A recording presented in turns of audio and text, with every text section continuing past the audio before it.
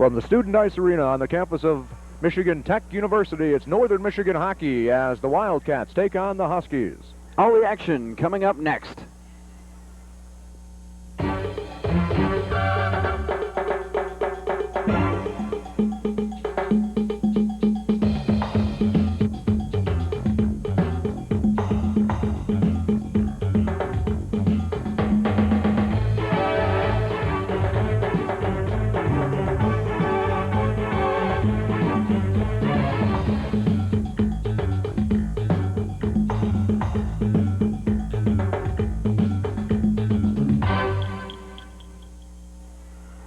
Welcome to the Student Ice Arena on the campus of Michigan Tech University, where this evening Northern Michigan takes the road to take on the Huskies of Michigan Tech.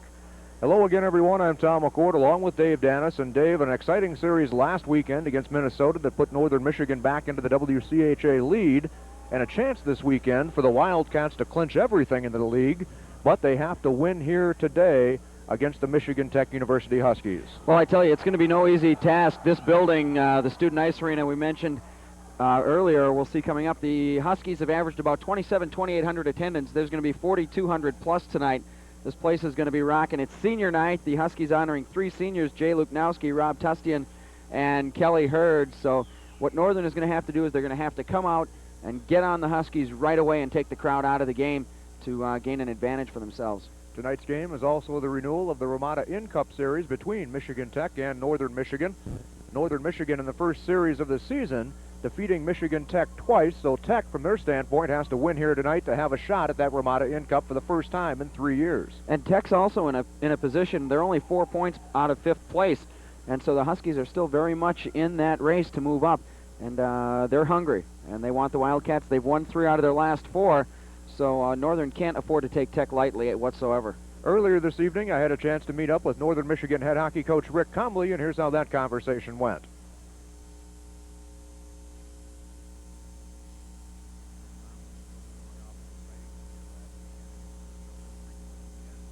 In first place, controlling your own destiny. Well, I don't know about controlling. We have an opportunity if we win 2 games to win first place, and I don't think this weekend will be any easier than the last weekend was. There are some different things, you know, obviously to enter into it with the rivalry and how exciting Tech and Northern hockey has always been, and it should just be a great weekend. You know, last weekend, evaluate your team's play for us. I know it obviously was at a very high caliber, as was the opponents. I thought so. I think it's some of the best hockey we've seen in Marquette. It was really unusual for me to see Minnesota having to play so many games, so many cat and mouse games, because they've always just come at you with their team, and whatever happens, happens. But boy, he stalled. He changed goaltenders 6 or 8 times. It was obvious to me they were trying to turn it into 3-on-3 hockey. They did not want to play 5-on-5 with us, and refereeing, I thought, played a major role. I mean, there were so many penalties called, and geez, we nullified 5 power plays. We turned 5-on-4s into 5-on-3s. Wasn't very intelligent on our part in a lot of areas, but I think when you have a game with that much emotion, and you know, so many people excited about it, it's tough to play. You know, last weekend you mentioned that because of injuries and bumps and bruises, that the continuity in practice wasn't what you would have liked. What about this week? Did that change at all? Do the players need to come back down to earth a little bit after the weekend? I don't know. I mean, again, we didn't practice till Wednesday. You know, we just can't get people out there until Wednesday, so you practice Wednesday and Thursday. I thought those were pretty good days, but I don't like doing that. I think you need one more day during the week to keep your sharpness, but if that's what we have to do, that's what we have to do. You know, adding to the rivalry of Northern Michigan, Michigan Tech, of course, is the Ramada In Cup. Another Ramada In Cup game tonight. You guys can wrap up the trophy for the 3rd straight year. That would be nice. You know, when we started it, it put a little bit more at stake, and, you know, and people have rallied around that a little bit. We've won it 2 years in a row, and we certainly would like to win it one more time. What type of hockey game do you expect this weekend from Michigan Tech? Well, I would just bet that they're going to try to match lines a little bit. I think we'll see somebody play against Beatty. He's balanced out his attack a little bit. He's taken Storm away from Young and put him down with Steer, and so it looks to me they have 2 lines that can score. They have a defensive line, and they have a 4th line that works very hard, and they obviously have great goaltending. It's going to be important that we get 2nd and 3rd shots, because I don't think you're going to beat Sargent very often on the first shot.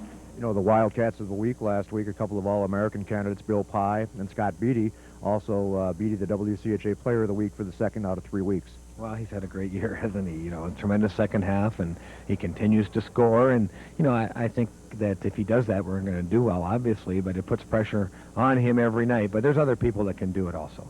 Coach, best of luck tonight against Michigan Tech. More on the Wildcat pregame show coming up next after this timeout.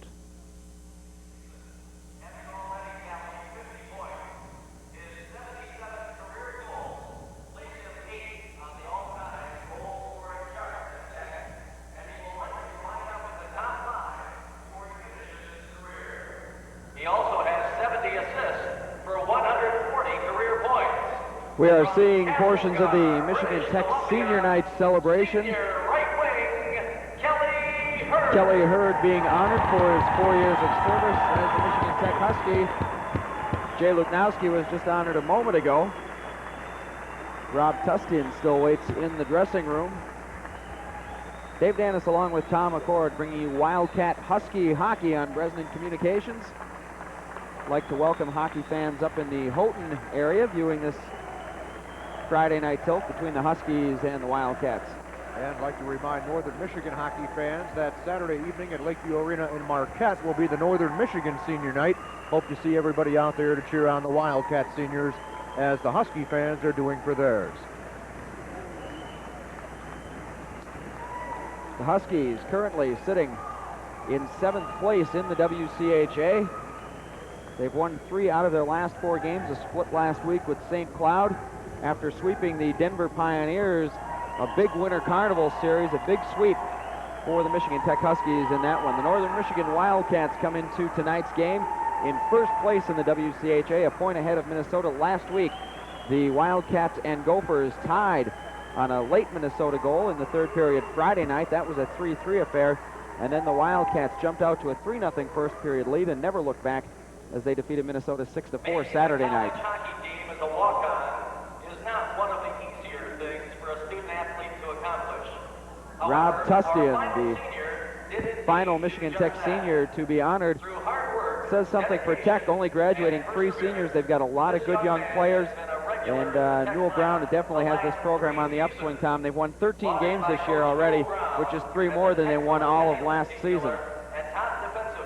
I agree. This young man's leadership is unparalleled, as evidenced by the C sewn in the corner of his sweater. His career totals show 103 games played, 10 goals, and 17 assists. From Livonia, Michigan, Rob Tustian from Livonia. And Husky captain, Rob Tustian. Being escorted for his senior lap of the ice by one of the Husky cheerleaders, Danielle Lorenzetti. Nice tribute to the Husky seniors tonight here at the Student Ice Arena.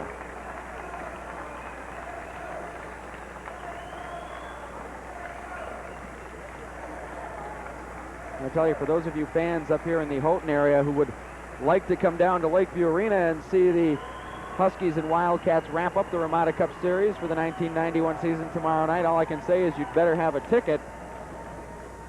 Lakeview Arena sold out by about 10 o'clock Monday morning. Just a few standing room tickets to go on sale at noon tomorrow. And for that, you'd probably have to get up at about 6 o'clock and drive to Marquette to get in line. Rob Tustian joins Luknowski and Kelly Hurd at center ice. Ladies and gentlemen, The Michigan Tech your Husky 3 seniors. Michigan Tech Husky hockey seniors.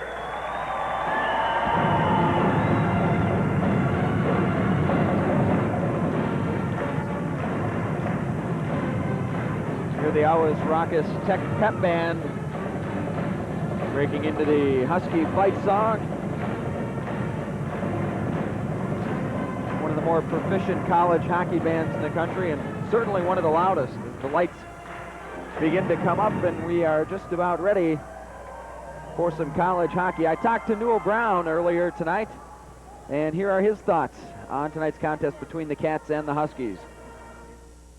I'm Dave Danis with Newell Brown, the head coach of the Michigan Tech Huskies. Newell, you guys have been on a fairly decent hot streak lately. You've won 3 out of your last 4, and now you got a chance at the first-place team in the league. What kind of game do you see tonight? Well, I think it's going to be an exciting game. I think both teams are going to be revved up. Northern has a lot on the line. Obviously, they win 2 games this weekend. They win the regular season championship. We've got some things to prove as well. We have a chance to move up in the standings. We're only 4 points behind Duluth going into this weekend series, and obviously it's a rivalry series, and so there's a lot of things at stake. I think we want to try to play better than we did the previous series against Northern Michigan when they swept us, and we also want to give ourselves a chance to win the Ramada Cup, and we can't win it unless we win tonight. So I think it's going to be a real interesting series. You got a couple of guys with around 50 points this season, and after that, it kind of drops off considerably to your third leading scorer. What can you do to get a little bit more balance in your lineup against a balanced Northern team? Well, it's difficult because, scoring is very difficult to teach. It's a natural thing, and Northern Michigan just has a lot of natural goal scorers, and we only have a few guys that are really good offensive players, and that's why, you can see that there's a fairly steep drop-off after you get by our first 4 scorers on our team. So that's just something that we'll have to recruit for, and something that we have to deal with against Northern Michigan this weekend because they have 6 of the top 11 scorers in the WCHA, and that's a lot of firepower. We have to play well defensively. Scott Beatty's a heck of a hockey player, and we'll have to try and shut him down as much as possible. But they have a whole host of other guys who are good that way. So it's going to be tough, but something that we look forward to. Your team usually draws about 2,800 fans here to the Student Ice Arena. Tonight you're going to have 4,200 plus. How does the big crowd make a difference? Well, I think we want to play well when we play in front of a full house. Obviously it's a big weekend, like I said, with a rivalry. We want to make sure that we perform as well as possible for our home fans, like I said, when it's full. And it should be a good game tonight. Northern Michigan, like I said, is an outstanding team. We're going to have to be at our best, and we want to try and generate as much emotion and enthusiasm from the fans as possible, and that means we have to play a real good game. Any final thoughts and comments on this weekend series with Northern? Well, I think, we have to get good goaltending. Northern Michigan outshoots almost every opponent that they play. So we're going to have very good goaltending, which we've had in the past, and we're going to have to be opportunistic in our goal-scoring opportunities as well. I'm not sure if Billy Pye is playing tonight, but he's an excellent goaltender as well.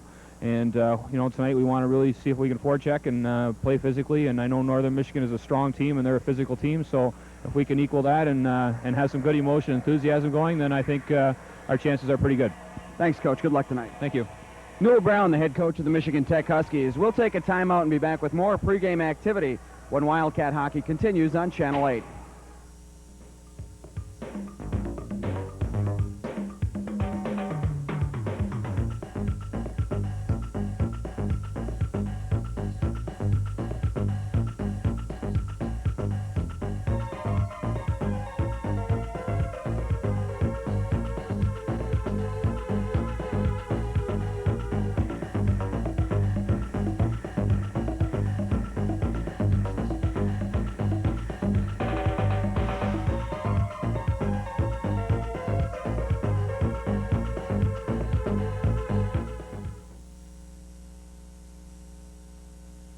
Wildcats regained the penthouse position in the WCHA last weekend, tying and beating the Minnesota Gophers at Lakeview Arena.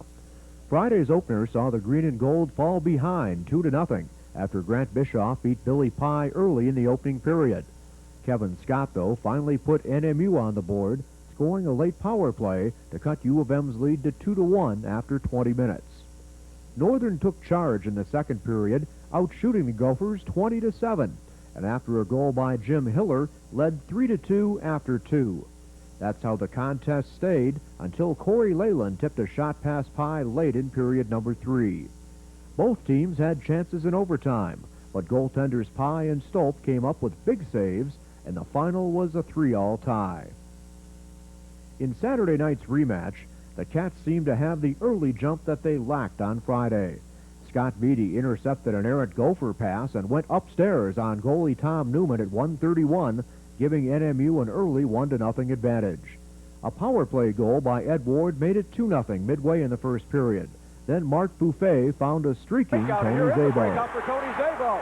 Szabo's going to cruise right in on Newman. Backhand goal! The lead advanced to 4-0 early in period 2 as Scott Beatty threaded the needle for the second of his hat-trick evening.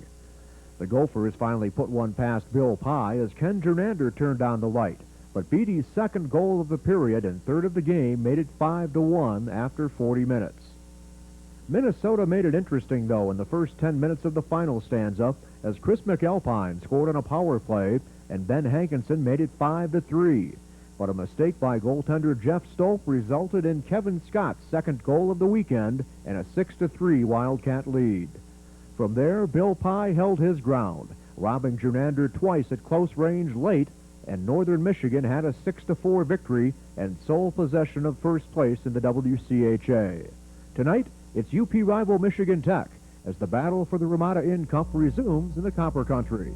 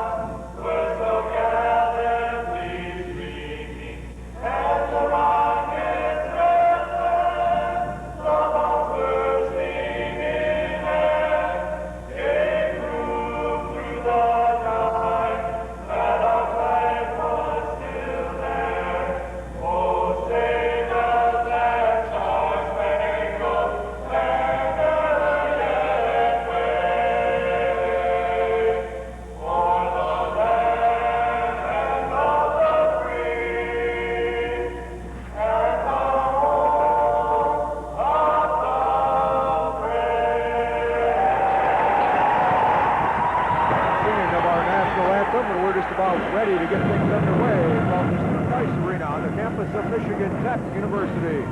Tom McCord along with Dave Dennis, and Dave, it should be an exciting renewal of the series between the Huskies and the Wildcats. Well, I tell you, last time we came up to Houghton, the final score ended up 4-3, and it was a close game throughout, and this big crowd's going to make it even more exciting. These two teams, big rivals. The Huskies lead the series by 2 games overall, 25-23. With a couple of ties. In goal for the Michigan Tech Huskies, Joff Sargent, a 5'9" junior, 180-pounder from Newmarket, Ontario. 6-13-3 record, but that's a bit deceiving with his .376 goals against average. His 89.8 saves percentage is tops in the WCHA. And at the opposite end of the ice arena, in amongst his teammates, is Wildcat goaltender Bill Pye.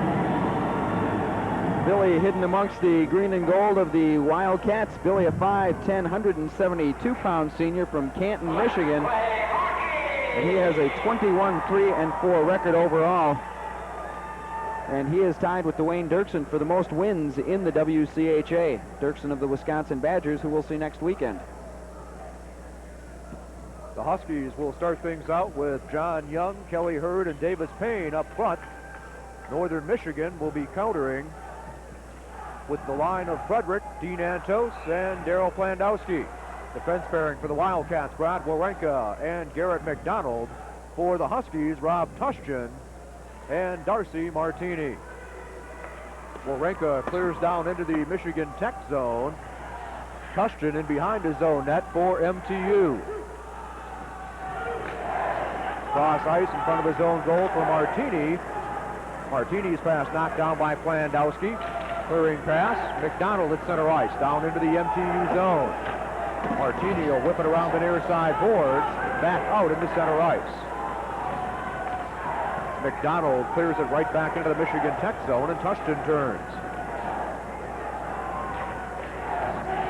Poked away from Davis Payne in center ice. Loose puck cleared in by Northern Michigan's Warenka, delayed offside. Wildcats touch up, Huskies clear the zone. Backhanded back into the Michigan Tech zone by Dallas Drake and served right back to center ice. Sukharov clearing pass for a cutting Tony Szabo. Szabo being bothered there, buried by Tushchin. Loose puck saved by Sargent off the stick of Ed Ward. Ward with the puck behind the MTU goal. Flapping around is Drake, centering pass right out front. And that shot just missed going into the far side as Szabo kind of whiffed on it, and Sargent got a piece of it. The Szabo-Warden break line having the first real good scoring opportunity of the night, just a minute and 20 seconds into the game, and we've got some problems with the clock right now. It's still running. It hasn't been stopped yet, even though play has been whistled down. I thought we were in Houghton tonight. That usually happens at Lakeview. Of course, our Lakeview clock goes in the time warp. We'd be down to about 1 minute right now at Lakeview Arena. There you have a look at it, and you can hear the Tech band in the background. They're going to make it difficult for us to compete tonight. And rumor has it that a portion of the Huskies band will be in Lakeview Arena tomorrow night, as if it won't be loud enough already. Well, that hasn't happened for about a season and a half. Remains to be seen what will happen tomorrow night. Wildcats come into tonight's game ranked second in the country behind their neighbor to the east, the Lake Superior State Lakers, who are tops in the CCHA. Oh, we've just been told, as is obvious on your TV screen a moment ago, the clock will not stop. It's got a mind of its own. So who's going to keep time, or are they going to scrimmage till they get it fixed? I nominate Ron Floyd if he's in the building. Ron did an excellent fill-in job last weekend at Lakeview in the Saturday night game. After Buzzy Christensen, the starting referee, just got creamed into the boards by a Northern and Minnesota player. Ron Floyd, the supervisor officials, former NHL official, had to suit up, and I think, by the way he looked, I think he strapped on Buzzy's uniform and skates and went out and finished the game. Oh, I still think those were designer clothes that he had on, but well, they've got the clocks down to 0, and now they're starting over again from 20 minutes. For the Michigan Tech Huskies, they come into tonight's game with an overall record of 13-19-3, 9-17-2 overall, 7th place in the WCHA, but they are only 4 points behind 6th place Duluth and 7 behind St. Cloud State. A faint hope for 5th place, but they do have a very real chance at 6th place, and the difference between 5th and 6th place means that between 6th and 7th place means that you would play Wisconsin instead of Minnesota in the opening round of the playoffs. Okay, well, they've done something to the clock. It stopped running at 18:34 to play in the opening period, and we'll face it off in the Michigan Tech zone. Jay Luknowski, Reed McDonald, and Tim Hartnett for the Huskies. Loose puck. Hill off the boards, kicked out into center ice finally. And we'll have a face-off in the neutral zone as the puck popped up into the Husky bench. I'll tell you, the Wildcats can't seem to avoid game delays. Last week with the official getting injured, that was a 10-minute delay before the start of the second, and now the clock problems here tonight at Tech. Well, this early in the hockey game, it's got to be awful disrupting for both teams. You come out ready to play, you get the opening puck dropped, and you're kind of feeling each other out, and all of a sudden play stopped for 5 minutes. Huskies back in over the Northern Michigan line. Taken away nicely by Phil Sukaroff the first time. Sukaroff with the second effort pokes it away from Tim Hartnett. Held in at the blue line by the Huskies' McDonald. Snapping a shot, Bill Pye, an easy blocker save to hold it from Malone off to Sukaroff. Just underway from the Student Ice Arena, a long shot off the high glass by Szabo. Luknowski hustling down after it, clears at the length of the ice, and that'll be an icing call on Michigan Tech. 17:43 remaining in a scoreless opening period.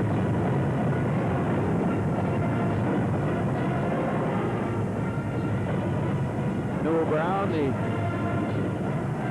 coach of the Huskies, behind the bench. Newell in his first year at Michigan Tech, former assistant under Ron Mason at Michigan State, and his brother Phil played his college hockey for the NMU Wildcats. And of course, Phil back up a couple of weekends back for John Good's wedding in the Marquette area. Good to see John and Phil back in Wildcat country. Scott Beatty out for the first time in the hockey game, along with Hiller and Kevin Scott. Beatty, 2 out of the last 3 weeks, has been named the WCHA's Player of the Week. Loose puck in the circle, picked up by the Huskies' Young. Young also having himself a heck of a season for Tech. Martini clearing for Payne, back out into center ice. Brad Wawrinka just backhands it back out, and that play way offside, as 2 Huskies were in the Northern Michigan zone. Scott Beatty, the leading scorer in the WCHA. As you mentioned, 2 times in the last 3 weeks, WCHA Player of the Week. Well, when you pick up 16 points between those 2 weekends, that'll usually do it. Jamie Steer centering Hugh McEwen and Jim Storm for Tech. Storm and Hiller bumping as the puck gets ready to be dropped, and we'll try things out again. Beatty remains out with Hiller and Scott for Northern Michigan. Wawrinka and McDonald on the defense in front of goaltender Bill Pye. Cats control with Wawrinka in his own zone. Cross ice pass for Scott in center ice. Kevin Scott's been on a goal-scoring tear of his own. He's scored in the last 9 Wildcat games. Warenka from the blue line, right on, and Sargent the save and covers up the rebound as Jim Hiller was right there. Kevin Scott almost got a goal in his 10th consecutive game, tipping that shot from the point, and Joff Sargent had to be up to the task. The 9-game goal-scoring streak for Kevin Scott is the longest this season in the WCHA. Beatty and Steer on the face-off, controlled by Northern Michigan. Warenka snaps a shot, and that sailed wide. Pinching down McDonald into the corner for Scott. Kevin, puck loose in the skates, tied up there by Steer. Centering pass out into the slot area, intercepted by Storm, and he clears it back out into center ice. Moving is McEwen into the Northern Michigan zone. Storm in the far side corner, bumped there by number 5, Warenka. And behind the goal, McEwen once again centering pass, and that's deflected away by Northern Michigan. Huskies hold it with Storm, poked away, and here comes Scott Beatty in a rush. Beatty taken down just inside the blue line, and that play ruled to be offside at the MTU blue stripe. Wildcats will change lines with the whistle coming out for the Cats. Mark Buffet, Mark Olson, and Dave Shyak. Shyak was injured in the Friday night game last week after blocking a shot, picking up a bruised lung, and I overheard Dave talking in practice Tuesday. He said up until this season he's never been hurt in his life from hockey, and most of this season's been spent on the shelf with injuries. Buffet, Olson, and Shyak out now for the NMU Wildcats. Lou Malone holds at the blue line, a long shot deflected with a high stick. Loose puck right out front of the goal, backhand shot that went up the side by Shyak. Shyak hustling down into the corner, and the play whistled down, and we've got a couple of penalties coming up on the play, and we'll have 1 to each side, as Shyak will go for Northern Michigan, and Jay Luknowski will sit in the penalty box for Michigan Tech. Shyak and Luknowski at 3:46.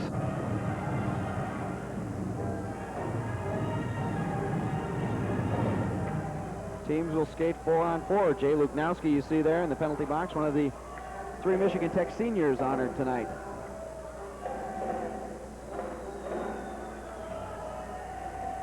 Luknowski will go off for elbowing. Shyak for roughing. 4-on-4 hockey. 16:05 left to play in the opening period. Malone golfs it back into the Michigan Tech zone. Sargent sets it up there. Hill pokes it into the far side boards. Taken away by Buffet. Joe Frederick hustles after it, can't control it out of his own zone. In a hurry comes Kelly Hurd. Hurd under the Northern Michigan zone, and Young was about a stride offside on the left wing. Number of offsides already being called tonight in the third period of Saturday night's game with Minnesota. Seemed the Gophers were offside every other time they came down the ice. Minnesota couldn't stay onside last week to save their life. Young and Mark Buffet on the face-off, controlled by the Wildcats. Intercepted now by Hurd and poked into the Northern Michigan zone. Vlad Warenka in behind his own goal will start things off. Warenka skates it straight up, dumps it off to Szabo on the right wing. Tony snaps a shot towards the goal. Sargent sticks that away. Cleared around by Perot. Held in at the blue line by Garrett McDonald. Szabo in behind the cage. Off to Buffet. Breaking for the goal is Warenka. Buffet can't control the puck, though. Kelly Hurd drops it into the corner. Loose puck around to the far side. Martini's outlet pass comes to Young. Kelly Hurd in center ice. Upended by Warenka. And Michigan Tech will be going on the power play as Brad Warenka will pick up the tripping call with 15:10 to play in the opening period. We'll take a look at it on the replay. There you see the outlet pass, and Warenka got the stick out and upended his Michigan Tech counterpart. So the Huskies will go on their first power play of the evening. Huskies with the third-ranked power play in the WCHA. 4-on-3 power play opportunity upcoming for MTU. 4 skaters for Michigan Tech will be Kelly Hurd and Darcy Martini back on the points. John Young and Davis Payne up front. The threesome in front of Bill Pye will include Dean Antos, Lou Malone, and Bill Sukharov. Martini in center ice dumps it off to Kelly Hurd.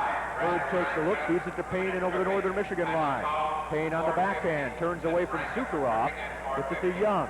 Young back out of the blue line. Martini back to Young, top of the circle. Young, centering pass down low. That one off the side of the goal and away from Davis Payne. Sukharov will wrap it around the far side and clear it all the way into the Tech zone. Sargent out of his goal.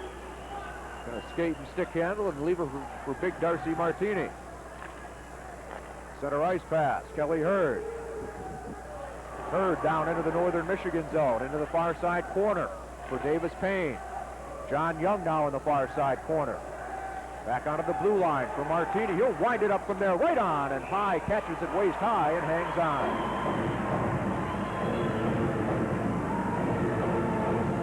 Billy Pye, not a real tough save other than hanging on to the puck that was shot right into his midsection. Sometimes hanging on is a lot more difficult than it looks. That was really one of the first opportunities that Michigan Tech has had here in the opening period.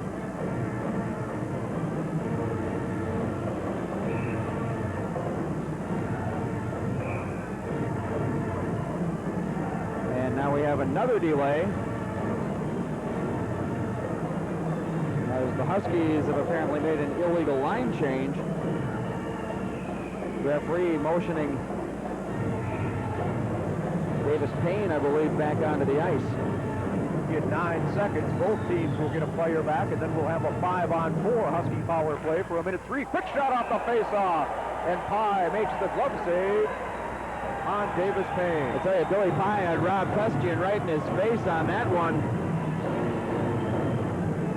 We'll have a look at it on the replay. Tustian putting the hit on the Wildcat goalie right off the face-off. And I don't know how Billy Pye saw that puck, but he managed to get the glove on it and hang on as he got run over by Rob Tustian. Tustian at 6'3" is no one to have in your face in the goal crease. Especially when you're 5'10" as Billy Pye is. Antos and Jamie Steer, the junior from Calgary, Alberta, on the face-off. McEwen without a stick, loose puck to Antos. Clears it back to the blue line. Ken Plaquin holds it there. Steer along the near side boards, pushed away. Tustian. Back to Luknowski on the blue line. A long shot. Well, and he scored! That got tipped in front of Bill Pye. No, they're waving it off. They're waving the goal off. We'll have to have another look at it as Hugh McEwen tipped it in. They're waving the goal off. The officials conferring in front of the Northern Michigan net, and we'll have to wait for an announcement from the public address announcement. The only thing I could think would be that there was a man in the crease.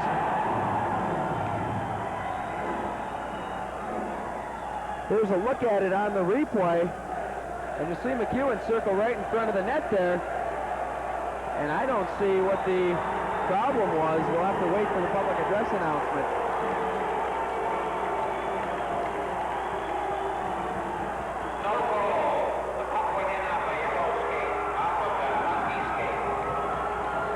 Evidently, they're ruling it was kicked into the Northern Michigan goal. That's what the ruling is. Directed into the goal with the skate. There's a familiar sight. The coach conferring with the referee. The Huskies crowd not pleased with the call. Let's see if we can get another look at that on the replay. I don't know if we can or not, but let's take a closer look. Well, here it comes from downstairs. And if you look at it real close, they're ruling that it went off the skate of Hugh McEwen. And I didn't see a kick there. But that's the official's ruling. Well, still no score in the hockey game. 49 seconds left in Brad Wawrinka's tripping penalty as Northern Michigan wins the face-off and clears it the length of the ice. Darcy Martini across in front of his own goal. Kelly Hurd up the near side boards to Payne. Payne, Storm, and Young across the front line for Newell Brown's Huskies. Young along the far side boards. Looking for Storm down low. Storm now into the near side corner. Back to Hurd on the blue line. Martini fans on the shot off the heel of his stick. Loose puck in behind the Northern Michigan goal.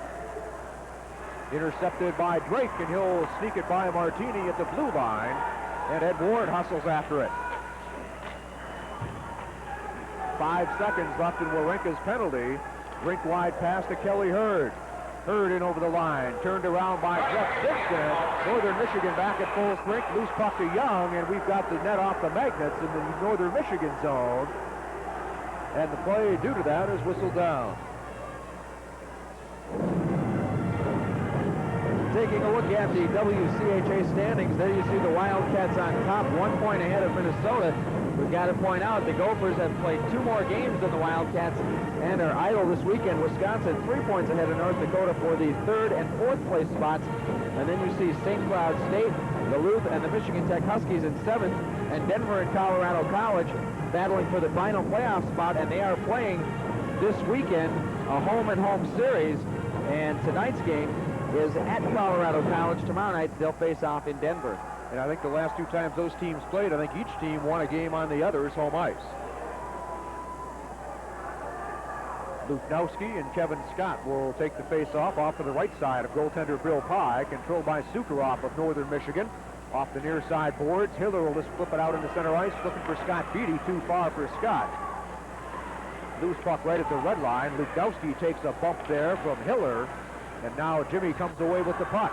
Hiller in over the Michigan Tech line on the backhand. Directed aside by Jock Sargent. And the loose puck in behind the Michigan Tech goal. McDonald along the near side boards for Michigan Tech. Lou Malone intercepts that, play whistle down, and I think we've got an offside call. We have a scoreless tie with 12:31 to go in the first period. The Michigan Tech Huskies hosting the NMU Wildcats. Teams playing a home-and-home series. Senior night for both teams is their home ice portion of this weekend's series.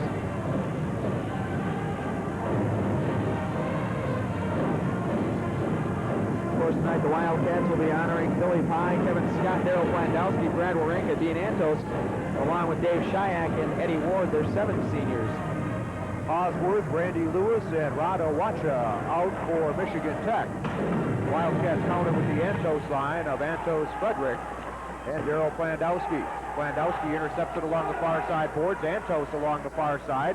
Tied up there, taken away by Osworth, and he dumps it back out to center ice. Simpson clears it right back into the Husky zone. Sargent off to Lewis. It'll be held by Malone. Will make that Carpenter at the blue line. Centering pass, looking for Frederick, loose in the skates. And now Lewis will clear it back into the Northern Michigan zone, and Pye's going to dive on that one, and Simpson bumps in, and here comes Carpenter. We've got a pile up into the near side corner. Osworth tries to get the left hand free.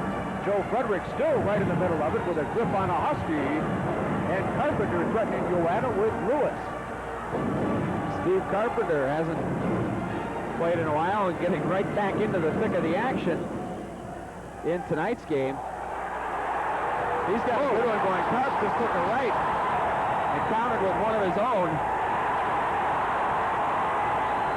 And it's safe to say that these guys won't be playing tomorrow night in Marquette. It looks that way right now. Carpenter with the takedown on Randy Lewis. I'll give you the particulars. Randy Lewis, a 6', 200-pound sophomore, wrestled to the ice by the 5'11", 185-pound Wildcat defenseman Steve Carpenter. Kind of reminds me of a scene at Hitchcock Fieldhouse a couple weeks ago, and I had the opportunity to see the boxing championships between the U.S. and Poland. Referee here, linesman Joe Romano in the thick of things, and he saw enough of this last weekend between Minnesota and the NMU Wildcats. I'll give Carpenter some credit. He didn't take the first punch, but he certainly didn't back down after he took it from Lewis. I think we're going to have to give Carpenter that one by a unanimous decision. Well, both of them got in a couple of haymakers, but both of them have their evenings cut short with 11:52 left in the opening period. Needless to say, we'll be playing at less than full strength for the next little bit.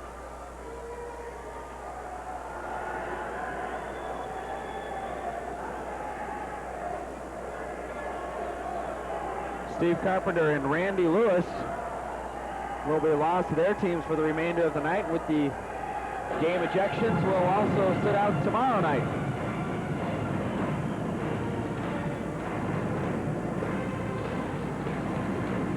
Those infractions coming at 8:08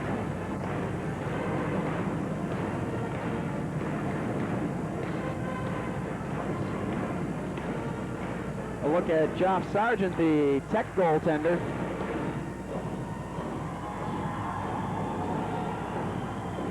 Billy Bloom, the Wildcat manager, retiring Steve Carpenter's equipment for the night.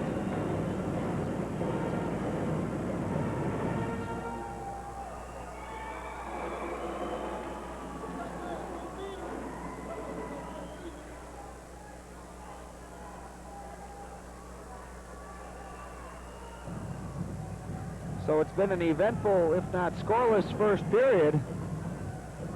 Probably the best fight we've seen this season, Tom.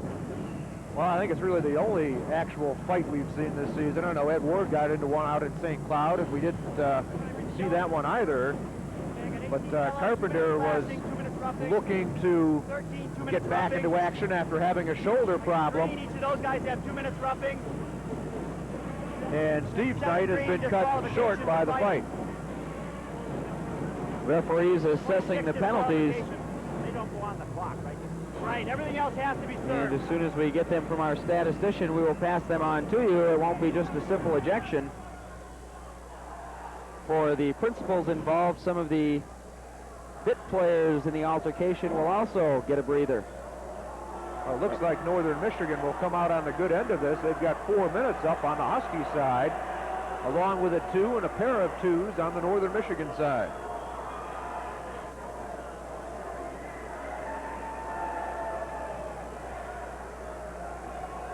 There you see it on the scoreboard, and again, the fans here at the Tech Student Ice Arena not too pleased. They'll play 3-on-3 for the next 2 minutes, and then the Wildcats will go on their first power play of the night. Taking a look at the penalties for the Wildcats, Steve Carpenter will draw a fighting penalty, and Joe Frederick and Jeff Simpson will pick up roughing calls. For the Huskies, Randy Lewis is gone for fighting, and Rod Uwacha will get a roughing call, and also for the Huskies, Mike Hosworth will pick up a rough and a slash, that being the differential in the penalty time. Mike Hosworth, a second-generation Husky. His dad, Bob, played for the Silver and Gold here at Michigan Tech. Well, we'll go 3-on-3 here when play does resume. The face-off will be outside of the Northern Michigan blue line. After the Huskies defenseman coming down to get involved in that, the play moves outside the Northern Michigan blue line. For the Huskies, number 13, Rod Uwacha, 2 minutes roughing. Number 18, Mike Hosworth, 2 minutes slashing, 2 minutes roughing. Number 26, Randy Lewis, 5 minutes fighting, engaged in qualification. Those penalties were called at 8-0 games. The threesome for Northern Michigan, Mark Buffet, Brad Walenka, and Garrett McDonald. For the Huskies, Darcy Martini, John Young, and Kelly Hurd. Loose puck to Mark Buffet. Buffet stood up by Martini. McDonald in his own zone. Walenka eyes things up. Long lead pass for Mark Buffet. That's taken away by Kelly Hurd. Loose puck picked up by John Young. Martini in his own zone. Loose puck to Walenka. A minute 35 remaining in 3-on-3 play. And then the Wildcats will be going on their first power play opportunity of the night. Michigan Tech so far with the extra man is 0 for 1, having a goal waved off. Walenka circles and brings it straight off ice. The Michigan Tech zone. Turns around, takes a hook there from Martini. Taken down. Tech fans love that. Northern Michigan fans looking for a penalty call.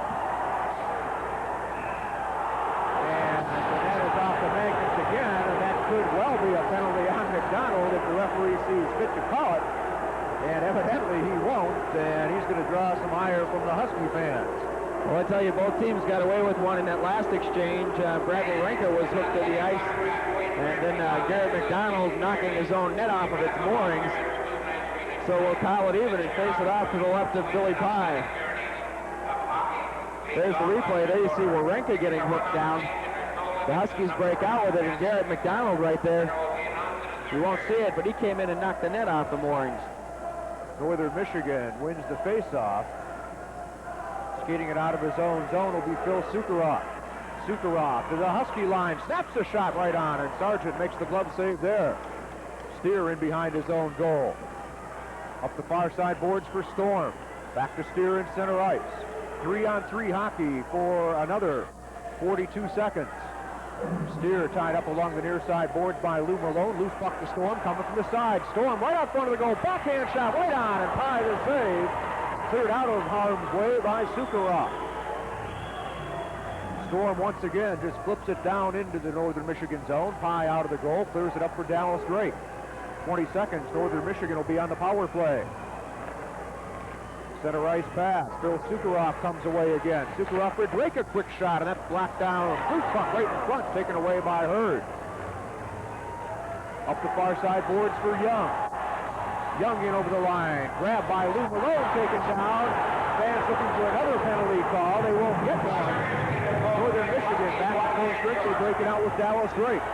Drake to the Husky line. Tries to go around the outside of Martini. Puts on the brakes. Martini picks up the puck and clears it the length of the ice surface here at MTU. Rod Warenka with 1:40 to go in the penalty to Michigan Tech. Loose puck right at the Husky blue line. Swooping in to pick it up is Jim Bonner. Off the boards, and Luknowski rips it back into the Northern Michigan zone. Antos in center ice for Northern Michigan. Dumps it around in behind the Husky goal for Scott Beatty. Back onto the blue line, Warenka. Back for Beatty, top of the circle. Beatty down low. Hiller a centering attempt. Knocked away nicely by Jeff Hill. Beatty again in the circle. Gets it back to Brad on the blue line. Back to Beatty in the circle. Snaps one, and that got knocked down in front. Loose puck will work off to the side right on. Antos the save by Sargent. And Joff's going to cover up the rebound as the Wildcats had a couple of excellent shots on the Husky goal. Wildcat power play coming up with some good scoring opportunities. The BC bunch of Hiller, Scott, and Scott Beatty, along with the Alberta connection back on the blue line, Dean Antos and Brad Warenka. There you see it. There's a shot for Antos. Dino kicks it back onto his skate, and he and Jimmy Hiller kind of team up for another shot at Joff Sargent. But to no avail, the Tech netminder was up to the task. And as we mentioned, Joff Sargent has the top saves percentage in the WCHA. The Wildcats on the power play, we mentioned Tech was ranked third in the league on the power play. With the man advantage, the NMU Wildcats are ranked #1 in the WCHA. NMU with the extra attacker still for another 56 seconds. 8:48 left in the opening period. Tom McCord along with Dave Danis from the Student Ice Arena on the campus of Michigan Tech University. Zabo backing over the line. Zabo snaps one and a stick save by Sargent. Dallas Drake back onto the blue line. Sukharov fakes a shot, gets it back. Landowski side of the circle. Back to Sukharov. His shot knocked down in front. Loose puck to Dallas Drake. Drake centering pass, and that's taken away nicely by Tushchin. Martini along the far side. Gets it up and clears it the length of the ice with 19 seconds left in the Northern Michigan power play. Drake backing over the line. Winds it up. Score! Dallas Drake for the NMU Wildcats, his 17th goal of the season on the power play. And the Wildcat power play had been hurting in the last few games, but they break out of a slump here tonight on the goal by Dallas Drake. Taking a look at the last couple of games, the Wildcats were just 2 of 19 on the power play, and there you see Dallas Drake with the goal. Another Wildcat power play for Dare. And the goal by Drake, as Dave just mentioned, is another power play goal for the Dare program of Marquette County. Already a part of the Cats power play is Jeannie Morgan of Wausau, Wisconsin. 1-0 Northern Michigan, 7:55 left in the opening period. Olsen in center ice, off to Mark Buffet. Deep into the Husky zone. Jim Bonner clears it back the other side. Kelly Hurd picks it up. Off to Hill. Hill back around the far side boards for Young. McDonald holds that in. Buffet looking for Syatt, led Dave too far. Warenka holds it at the blue line. Winds up a shot. Deflected, loose in the skate. Sargent's down on top as Buffet had another poke at that rebound. And And the Husky goaltender again called on to make the big save. Well, I tell you, the Huskies defenders are going to have to give Job Sargent a little bit of help in front of his goal if the Huskies are to stay in this hockey game. There you see it on the replay. Mark Buffet cruising in. If there would have been any rebound whatsoever, it would have been another one for the Cats. Taking a look at the scoring on the goal, Dallas Drake is 17.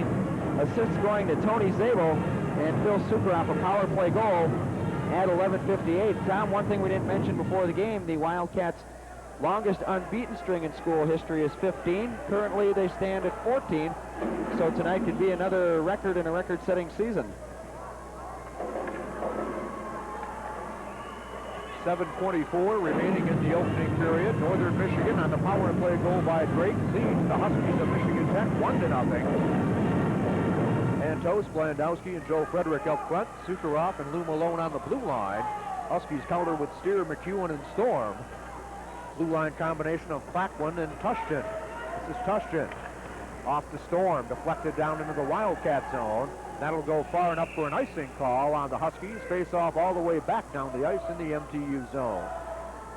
1-0 Wildcats on Dallas Drake's power play goal at 11:58 of the first period. Job Sargent getting peppered with a lot of shots in the last 4 or 5 minutes of action. The first part of the first period fairly even territorially, but in the last couple minutes the Wildcats have turned it up a notch and taken the lead.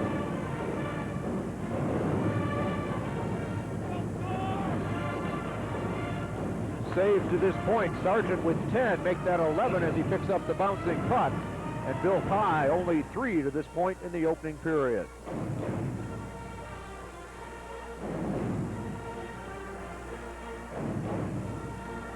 Dean Antos, Wildcat senior from Viking, Alberta. 14 goals on the season for Dino, 32 points. He didn't play in the last series against Michigan Tech. He was up here in the booth with us, nursing an injury. And, of course, several of the Wildcat senior parents in town this weekend. And up at Tech here tonight. Malone shot from the blue line is made a pad save on by Sargent. And now Storm after Lou Malone deep in the Wildcat zone. Upended. Malone still down in behind the goal. Now gets to his feet as the Wildcats clear into center ice. Frederick all the way down into the Tech zone, and that play ruled offside at the MTU blue line. We'll make that an icing call. Between the first and second period, as preschoolers from the MTU Skating Academy will be performing. Coming up in between the first and second period this evening, we'll have a chat with our Wildcats of the week. Goaltender Bill Pye and sophomore center forward / Scott Beatty, the WCHA's Player of the Week. I tell you, those guys have been interviewed and photographed and been on camera enough this season. They're going to be movie stars pretty quick, but the attention comes when you win, and I'm sure they're glad to pay that price with the spoils of victory. Loose puck in behind the goal. Rebel out and scores! Witkowski beats Bill Pye. We've got a 1-1 tie in Hogan. And the Huskies senior notches his 7th goal of the season. Reed McDonald set the play up, as we'll see on the replay. Where McDonald is behind the goal. Pye made the save, and Witkowski right there to bank in the rebound on the long side. 13-14 time of the goal. We have a 1-1 hockey game.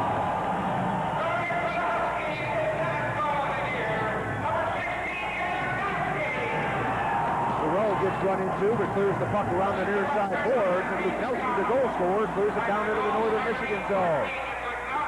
Tim Hartnick, centering pass intercepted by McDonald. Cats with Beatty clear it back into center ice, and that play offside at the MTU blue line as Hiller beat the puck, or make that Kevin Scott beat the puck in over the blue line. Kevin Scott and Kirby Perreault exchanging pleasantries behind the Huskies net. Perreault kind of stuck with Kevin Scott after the play was whistled down, and they ended up tangled up behind the net. The referees and linesmen intervened. No harm, no foul. Lubnowski from Reed McDonald at 13-14, the tying goal. It's 1-1. Cats and Huskies at Michigan Tech.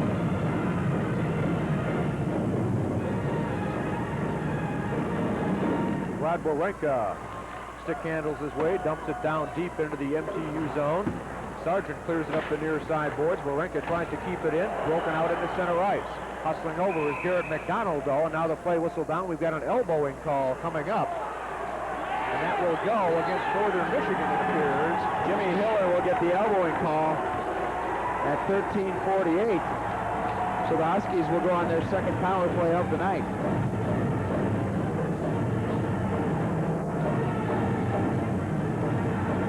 Take a look at it on the replay. It happened right near the Michigan Tech blue line.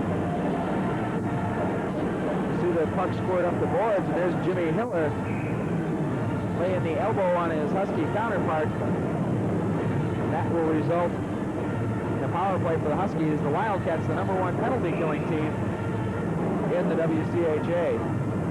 Second chance with the extra man here in the first period for MTU. Penalty killers for the Wildcats include Drake, Ward, McDonald, and Wawrinka.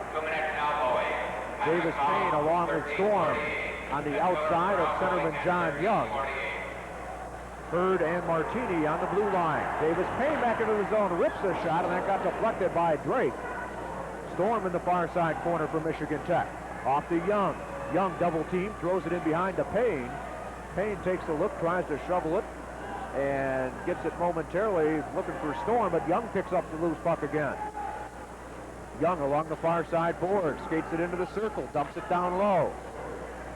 Jim Storm in the circle, back for Martini, off to Hurd. Intercepted across the way by Drake and controlled by Wawrinka. Loose puck in the center ice neutral zone, taken by Hurd, cleared back in for Payne. Payne rips one, and Pye gets a piece of that.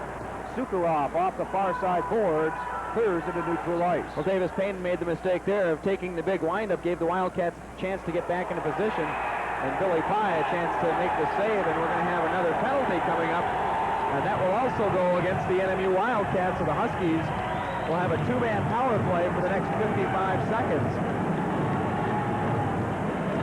Phil Sukharov will go off for NMU. Take a look at it on the replay. Sukharov will go for roughing. And there you see it right there, Phil getting the gloves up into the face of his opponent. Big task now for Northern Michigan as Jay Luknowski centers Steer and Tushton up front. Storm and Blackwood. Kind of a reversal. The Huskies are the most penalized team in the league. Right now, the Wildcats have had 7 penalties called against them to 5 for Michigan Tech. And Darcy Martini doesn't have one yet. Wildcats from the face-off. Pye picks it up, clears it for Antos.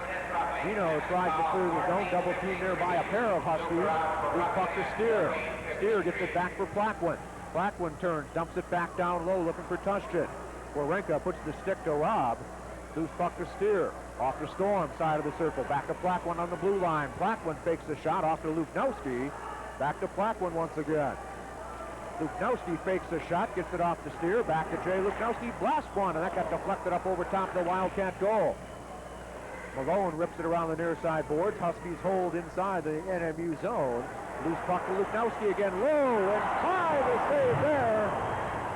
That's a good opportunity that time for Tushton. Back to Luknowski across the Blackwood again. Blackwood rips one right on, and the puck cleared away or shot wide by Tushton. Luknowski again casting a man back, and Pye the save there. Bouncing puck from Storm, and Billy's going to cover that one up. 59 seconds left in Sukharov's penalty. And the Cats so far have done an excellent job with Pye making a couple of big saves down low on Michigan Tech. I tell you, Billy hadn't seen much action in the first period up until the last couple of flurries here. You mentioned Josh Sargent had about 3 times as many saves as Billy. But with the two-man power play, the Huskies coming up with a couple of good opportunities, and Billy Pye showing why he's still in the running for the Hobie Baker Award. Michigan Tech with the 5-on-4 power play advantage. They'll face it off on the left side of the Kent Michigan senior, Will Pye.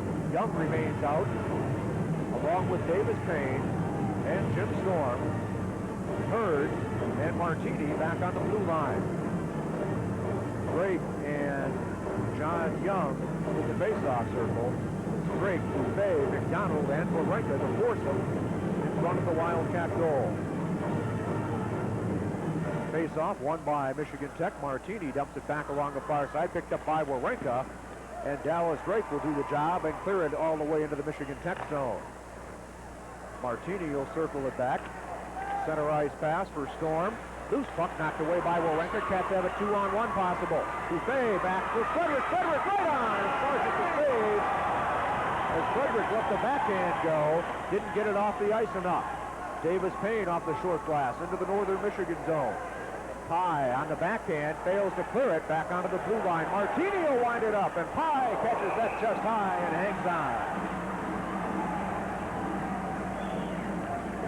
Wildcats just a moment ago with a chance to boost their league-leading shorthanded goal total. Joey Frederick getting in on the goaltender John Sargent. Here's the replay. Freddie taking the pass right there, and he had a chance and just couldn't get it by the Tech netminder. 21 seconds left in the roughing call on Northern Michigan's Phil Zuckerov. Only change in the Huskies lineup out there right now is Kelly Hurd, who's back on the left point. Forward line of Young, Payne, and Storm remains the same. Martini opposite Hurd on the blue line. Gene Entos for Northern Michigan, out with Lou Malone, Daryl Plandowski, and Brad Warenka. Loose puck controlled by the Huskies. Martini tries to dump it back to the blue line. Plandowski kicked that away. Davis Payne bumped in behind the goal. Loose puck to Young. Back to Martini on the blue line. Across to Hurd. Hurd will wind it up. Way on. Loose puck on the rebound, and Plandowski is going to rip it back into the MTU zone. That'll kill off the penalty on Phil Zuckerov. Wildcats back at full strength. Jim Storm in center ice. Outstanding freshman prospect for the Huskies.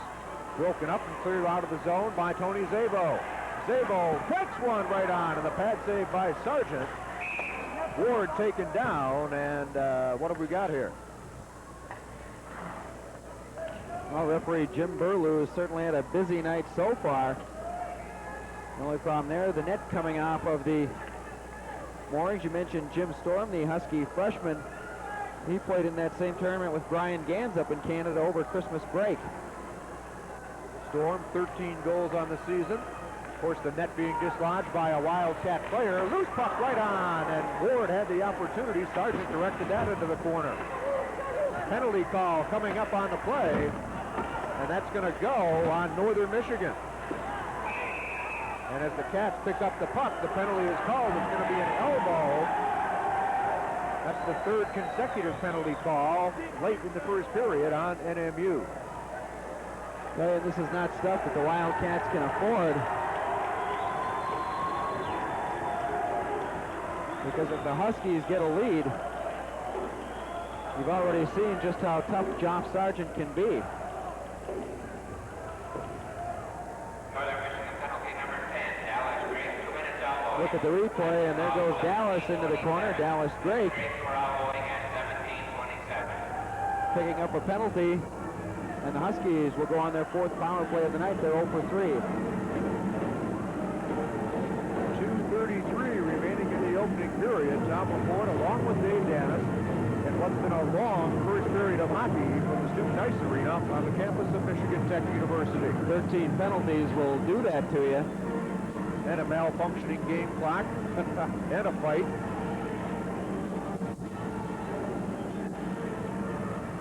For those of you taping the game, set your VCR on extended play for this one. The foursome for Northern Michigan, Hiller, Malone, Kevin Scott, and Phil Zuckerov. Huskies on the power play for the fourth time here in the opening period. Puck cleared down into the Northern Michigan zone. Pye is going to shovel it, and that'll go high down the ice. And Darcy Martini has it in his own zone. Clearing pass for Young too far. Davis Payne hustles after it. Payne with the loose puck, picks it up in the Northern Michigan zone. Loose puck to Young in behind the cage. Young turns on the backhand, gets it back into the corner. Payne once again tries to go in behind the goal for Young, taken away from him, and Hiller has the loose puck for Northern Michigan. Breaking pass out, Kevin Scott taken to his knees, and the loose puck goes to Hurd. Martini in the circle. long lead pass, and that'll be an icing call on Michigan Tech with 1:14 left in the Dallas Drake penalty and a minute 47 left in the opening period. There's a look at Steve Carpenter in the Wildcat runway. We're taking a peek out from the locker room. Steve back from the injury, got the game DQ for his fight with Randy Lewis earlier here in the first period. I'm sure by the time the second period starts or gets underway, Steve will be in street clothes up in the stands. Tushchin clears it back into the northern Michigan zone. High out of the goal once again. McEwen doing a little interference across the way with McDonald, and the Cats break out 2-on-1. Beatty and Antos. Beatty in over the line. Snaps one right on. Rusbuck rebound, and that shot wide is charging down for the goal with Brad Walenka. Huskies with a chance as they break out. Pouncing puck, and that's ruled offside as Tushchin beats the play into the northern Michigan zone. Wildcats and Huskies tied 1-1. Dallas Drake, his 17th of the season for the Wildcats. Zabo and Sukarov drawing assists on the power play at 11:58 for the Huskies. Jay Luknowski from McDonald at 13-14. There you see it. Scott Beatty snapping it off. And Dean Antosin a little too deep to do anything about it. Jimmy Hiller had a chance at it. Flipped it wide. Still 48 seconds left in the Michigan Tech power play. Garrett McDonald took a run across the way. Loose puck cutting for the goal. McEwen, and he shoots it just wide. Into the near side corner. Antos dumps it back. Play regained by Michigan Tech. Luknowski cranks one, and that goes wide. Scott Beatty with the loose disc will clear it back into the Husky zone. Northern Michigan going for the player change. Better hustle back as the Huskies come breaking back up ice. Beatty, who had headed for the bench, turned around and went back out. Martini has it at his own blue line. Jim Storm knocked away by Beatty up into the penalty box. Good grab over there by Dallas Drake. Scott Beatty and Davis Payne doing a little pushing and shoving, kind of a mismatch. Davis Payne standing 6'2" and 198, and Scott Beatty at 5'7", 164. And there you see the Wildcats heading into the dressing room. That was Garrett McDonald, the freshman from Burnaby, BC. We'll try and get a report on what happened to Garrett. McDonald took the run across the way and missed the Husky player, went crashing into the boards and hit heavily in the upper body area, and may well have done something shoulder-wise or bruised up a collarbone or something, but he is getting medical attention in the Wildcat locker room. Northern Michigan now back at full strength as Drake is back on the ice. Young breaks it in over the line, still controls it. Bumped off the play by Mark Buffet, intercepted by Drake in the corner. Huskies still battle for it with Hurd. A foursome along the near side boards, cleared in behind the goal, and Sukarov has it, tied up by Young. Good job there by John Young tying up Sukarov. Mark Olson in the near side corner, serves it back down the ice. And controlling in his own zone is Kelly Hurd. Hurd, who usually has good games against Northern Michigan, can't control the puck as the first period comes to a close. And after 20 minutes of play, we have a 1-1 tie from the Student Ice Arena on the campus of Michigan Tech University. We'll be back with first period intermission activities coming up next as Wildcat hockey continues on Channel 8.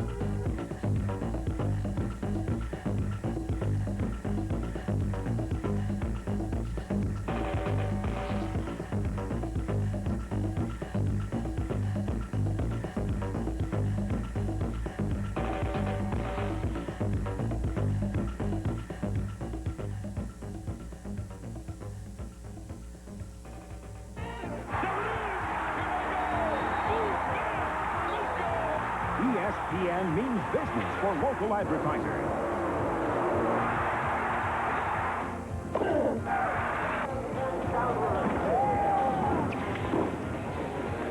major league results by advertising on the network that puts your message in exciting sports programming all year round. Team up with ESPN. We mean business.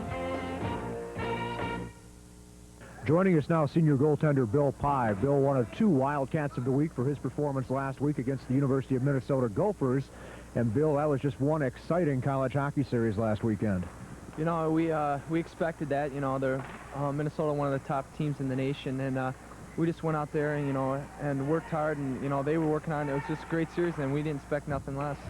You know, Friday night's game, Northern Michigan got down 2-0, and that hasn't happened very often in this building. Minnesota seemed to catch you guys a little bit flat-footed there early in the hockey game. Was it just too much of a build-up for you guys? Maybe a little too mentally prepared? Well, I think we came out a little overexcited. I think they've been used to this kind of thing, and we came out excited, and we weren't thinking too much about the game. And, you know, they got them 2 quick ones, and I think we bared down after that and just started playing hockey. Saturday night, it turned around. Northern Michigan got the early goal, and at 6-4 late in the hockey game, you made 2 back-to-back saves on Ken Jernander that were just spectacular, and at that particular point kept the hockey game a 2-goal game instead of maybe a 1-goal game. Well, you know, I think the last 10 minutes we were getting pressed real hard. I give them credit; they were really working hard, and we got a couple penalties, and they had a couple 5-on-3 chances, and you know, it was tough, and I was just scrambling, and fortunate enough, I came up on that one, but, you know, they were really putting the pressure on us, and it was a tough-fought game. You know, last weekend, the battle for first place, you guys are in first place by yourselves now in the WCHA. Going into the final home weekend of the season, senior weekend, you guys have a chance to wrap this up if we can sweep Michigan Tech this weekend. Yeah, you know, I think we're thinking about Friday night right now because it's going to be a tough game in Houghton, and, you know, we got to think about that right now and don't even think about senior night right now. And, you know, our thoughts are right on Friday night, and hopefully we can go out there and turn it into, you know, a win so we can get ready for senior night.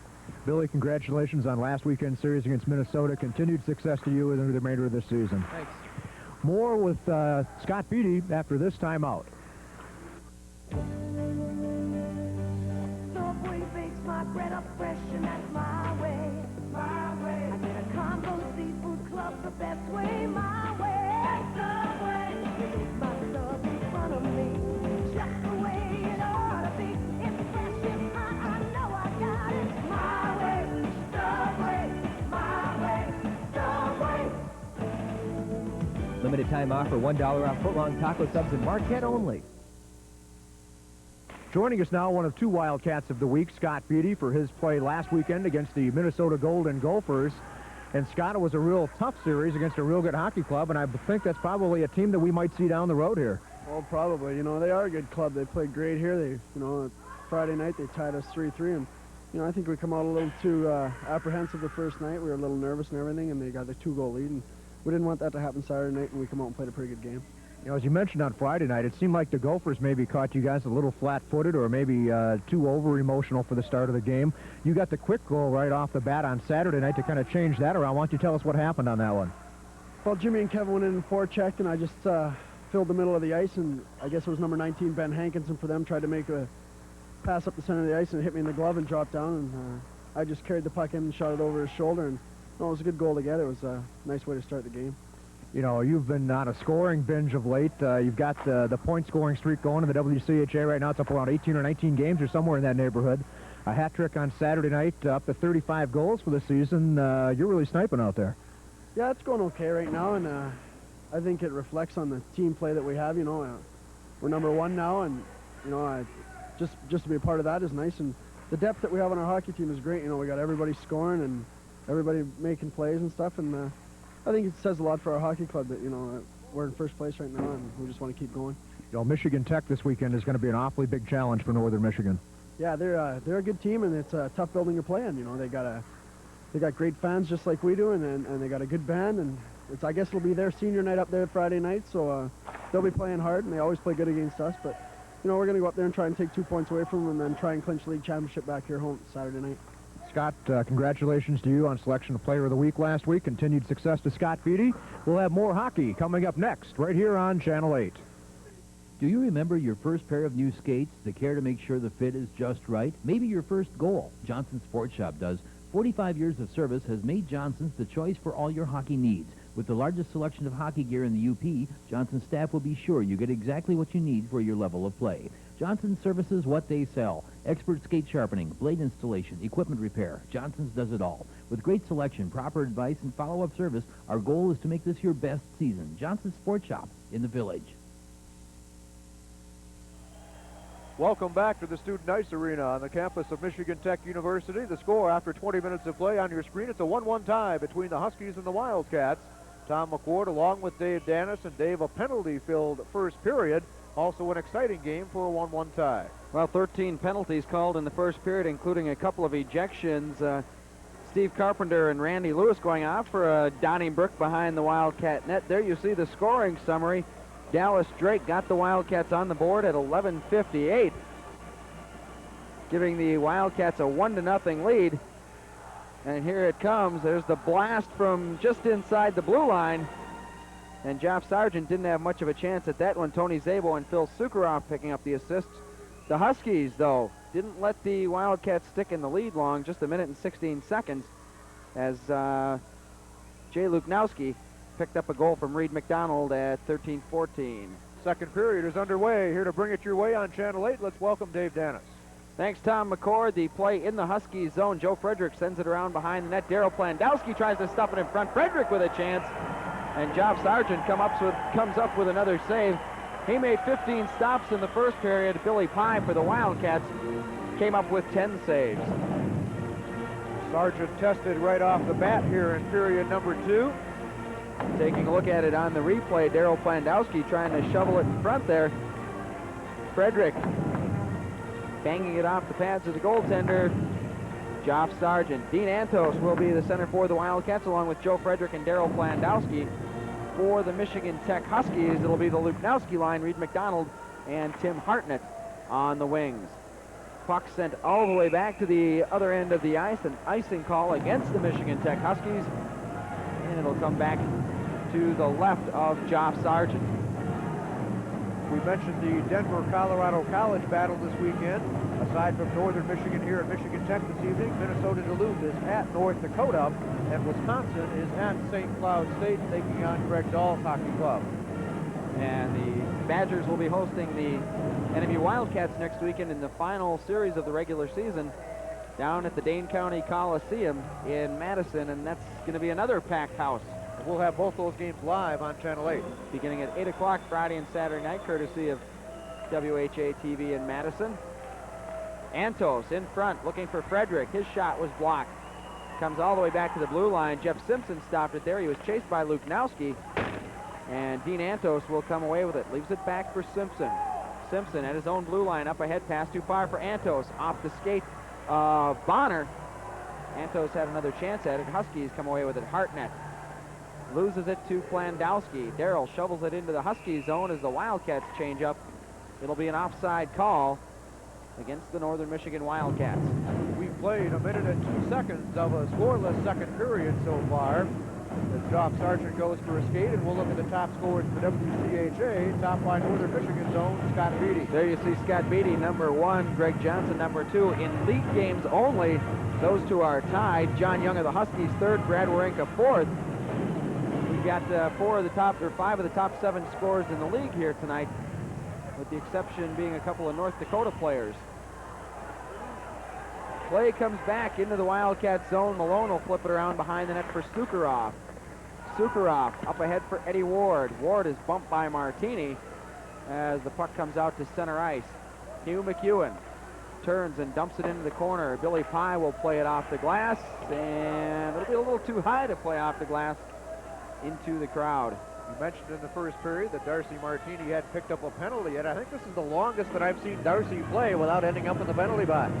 So he's really under control tonight, and that's got to benefit Michigan Tech. Well, Darcy leads the WCHA in penalties. 54 penalties, 162 minutes for the junior from Castlegar, BC. And he's been turning on the red light for MTU this season also. Darcy's got a point-scoring streak going. Have to look that stat up. We'll get back to it later on as the play comes behind the Wildcat net. Pass out in front for Davis Payne went off of his skates. The Wildcats will turn it out. Jimmy Hiller leads the break for Beatty along the right side. Beatty Behind the net looking for Kevin Scott. Davis Payne gets in the way. For the Huskies, it's Rob Tustian. Up ahead, Simpson kept it in at the blue line. Kevin Scott in front for Beatty. Beatty had his stick knocked away. Huskies dump it around. Rob Tustian, one of 3 Husky seniors, loses the puck to Kevin Scott. For Hiller. Hiller still with the puck, finally loses it. And the Huskies will break away with it. Kelly Hurd gives chase. Brad Wawrinka gets there first and dumps it off to Mark Buffet. Buffet loses it. Huskies over the blue line. Here's Davis Payne. Payne looking in front, had it knocked away by Simpson. Billy Pye will cover up with 17:34 to go here in the second period. The Wildcats and Huskies tied at 1. Good defensive effort that time by number 4, Jeff Simpson, as he blocked that centering pass coming from Davis Payne on the right side. And Bill Pye just quickly covered up the rebound at the side of the net. Davis Payne for the Huskies, a junior from King City, Ontario. The Luknowski, Hartnett, Reed McDonald line out now for Michigan Tech. Back on defense, Jeff Hill and Jim Bonner for the Wildcats. Sukharov back on defense along with Lou Malone. The forward line, Buffet, Shayak, and Mark Olson. Play in the Huskies end of the ice. Hartnett gloves the puck, brings it over the blue line. Behind the back pass intended for Luknowski was knocked away.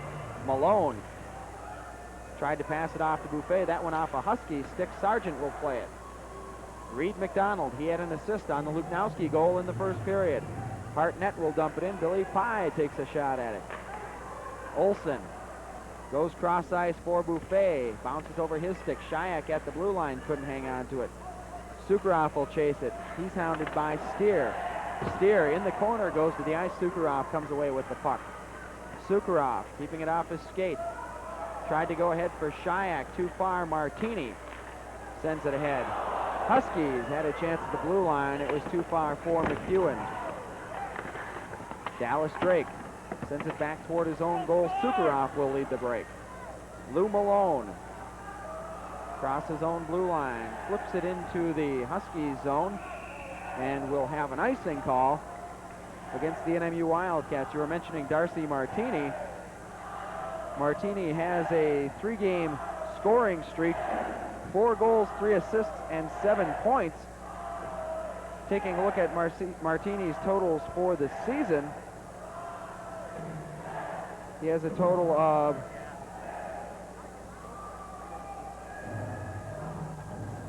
trying to find Tech's overall stats. There they are. Darcy Martini, 6 goals and 11 assists on the season. 17 points, 7 of those coming in his last 3 games. Huskies chase it back to their own blue line. That was Tustian, and he dumped it in. And again, an icing call. So the pace hasn't picked up much here in the second period, time-wise, after a long first period filled with penalties and technical malfunctions and what have you. Out-of-town score from St. Cloud. It's Wisconsin 2 and the Huskies nothing. That score in the first period. The Michigan Tech Huskies tied with the Wildcats 1-1 here at the Student Ice Arena. Dave Danis and Tom McCord, glad to be bringing you WCHA college hockey. Billy Pye will flip it up the boards. Kelly Hurd intercepts. He battles with it. Battles for it with Simpson in the corner. Comes back to the blue line. Ken Plock win a shot wide. Wawrinka flipped it around Young. Young tries to take it away from Simpson. He went to the ice. And it comes out to the blue line. Plock win another shot. That was blocked. Team's playing a little pinball. Finally, it comes back to center ice where Plockman will send it across for Tustian. Tustian's pass up ahead. He's looking for John Young. Wildcats come away with it. Wawrinka cuts in front. Joe Frederick had a shot and a spectacular save by Joff Sargent. Kelly Hurd over the blue line. Tried to pass it in front. Billy Pye sent into the net by Davis Payne. As the Huskies send it in on the offside. And Jim Burlew will whistle the play down. Bill Pye is asking Jim Burlew, Jimmy, what took you so long? Davis Payne lost his balance reaching for that pass. We'll take a look at the replay. Here it comes. And there it goes, a little too far for Davis Kane, and he went to the ice and took Billy Pye into the net with him. With 15:13 to go here in the second period. For the Huskies, it'll be Luknowski, Hartnett, and McDonald matched up against Dallas Drake, Tony Szabo, and Eddie Ward. And that puck flipped up over the glass. We'll have another stoppage in play. You know, over the years we mentioned the Husky-Wildcat rivalry, and it's evidenced by the standings in the series between these two teams. The Huskies currently holding a 25 victory to 23 victory margin over Northern Michigan, with 4 games ending in a tie. Face-off controlled by the Huskies. Hartnett at center ice tries to send it ahead. Eddie Ward took it away. Mike Hosworth for Tech had his pass blocked by Louis Malone. Play comes around the boards. Hosworth and Szabo battling for it. Finally, Tony flips it back to the Tech blue line. It'll be chased down by Jim Bonner. Bonner, his pass too far for Hartnett. That'll go all the way down the rink, and we'll have an icing call with 14:39 to go.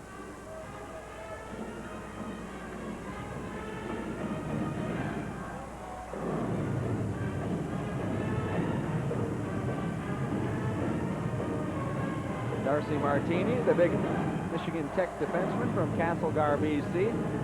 Up from the same neck of the woods, or the mountains, if you will, as the Wildcats BC bunch.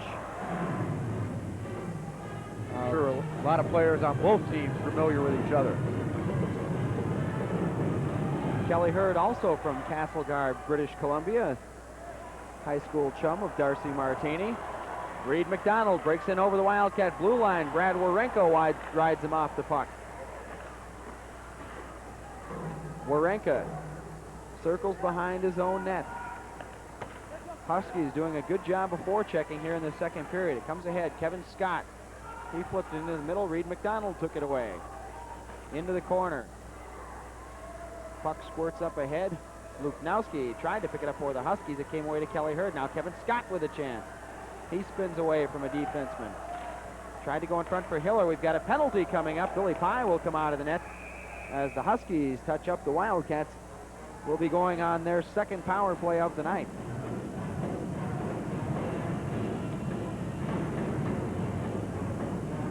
Going off for the Huskies will be Reed McDonald, 5'11", 172-pound junior from Eagle River, Alaska. Slashing call on McDonald at 6:06 here in the second period. Wildcats 1 for 1 on the power play tonight. Dallas Drake blinking the goal light back at 11:58 of the first period. Tony Szabo and Phil Sukharov drawing the assists. For the Wildcats on the power play, it'll be the BC bunch of Scott Beatty, Jim Hiller, and Kevin Scott, along with Dean Antos and Brad Warenka. For the Michigan Tech Huskies, we'll see Jeff Hill, along with his counterparts, including Jamie Steer, Jay Luknowski, and Darcy Martini. Warenka fires it in around the boards in the Huskies zone. Dean Antos picks it up, flips it into the corner, looking for Scott Beatty. Went off of him a little bit too far around, and it'll come back to the Wildcat blue line. Kevin Scott for Warenka. Warenka being hounded by Jim Storm. Up ahead for Kevin Scott. Scott into the Huskies zone. Again, sends it around the boards for Beatty. Beatty kicks it back into the corner for Hiller. Play comes out to the blue line. Brad Warenka for Scott Beatty. Beatty to Warenka. He winds up and lets it go. It was kicked just wide, and I think that went off the skate of Darcy Martini. Scott Beatty tried to get it in front, had it knocked away by Jeff Hill.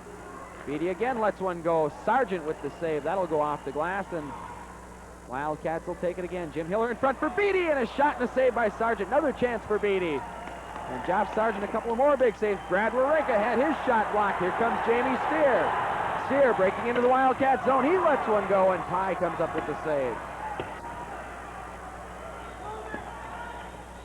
38 seconds remain in the Wildcat power play. Huskies with the puck. Tusky in a drive. That was blocked. Jamie Steer clutched and grabbed by Mr. Beatty. The Husky fans looking for a penalty, and they're going to get it, as referee Jim Berlew is going to send Scott Beatty to the sin bin for a couple of minutes. Only 24 seconds remaining on the slashing call on Reed McDonald. So that'll even things off as we take a look on the Channel 8 replay. And there you see it right there, Scott Beatty putting the clinch on the Huskies and earning himself a 2-minute rest. So there'll be 4-on-4 for the next 24 seconds. And then the Huskies will have their 5th power play of the night.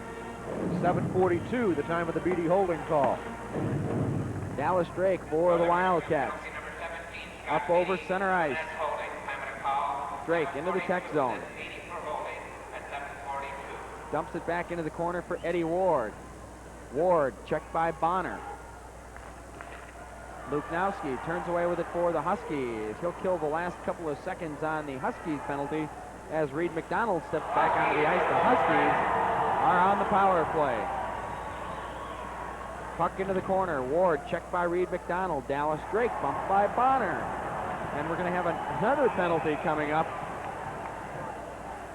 That ought to go against the Huskies for checking from behind. That's the signal from Jim Berlew. And that's going to even things off. Huskies now 0 for 5 with the extra man on the power play. Have a look at it on the replay. And there you see it. Jim Bonner getting sent to the penalty bench for the Michigan Tech Huskies. Officially called boarding by Mr. Berlew.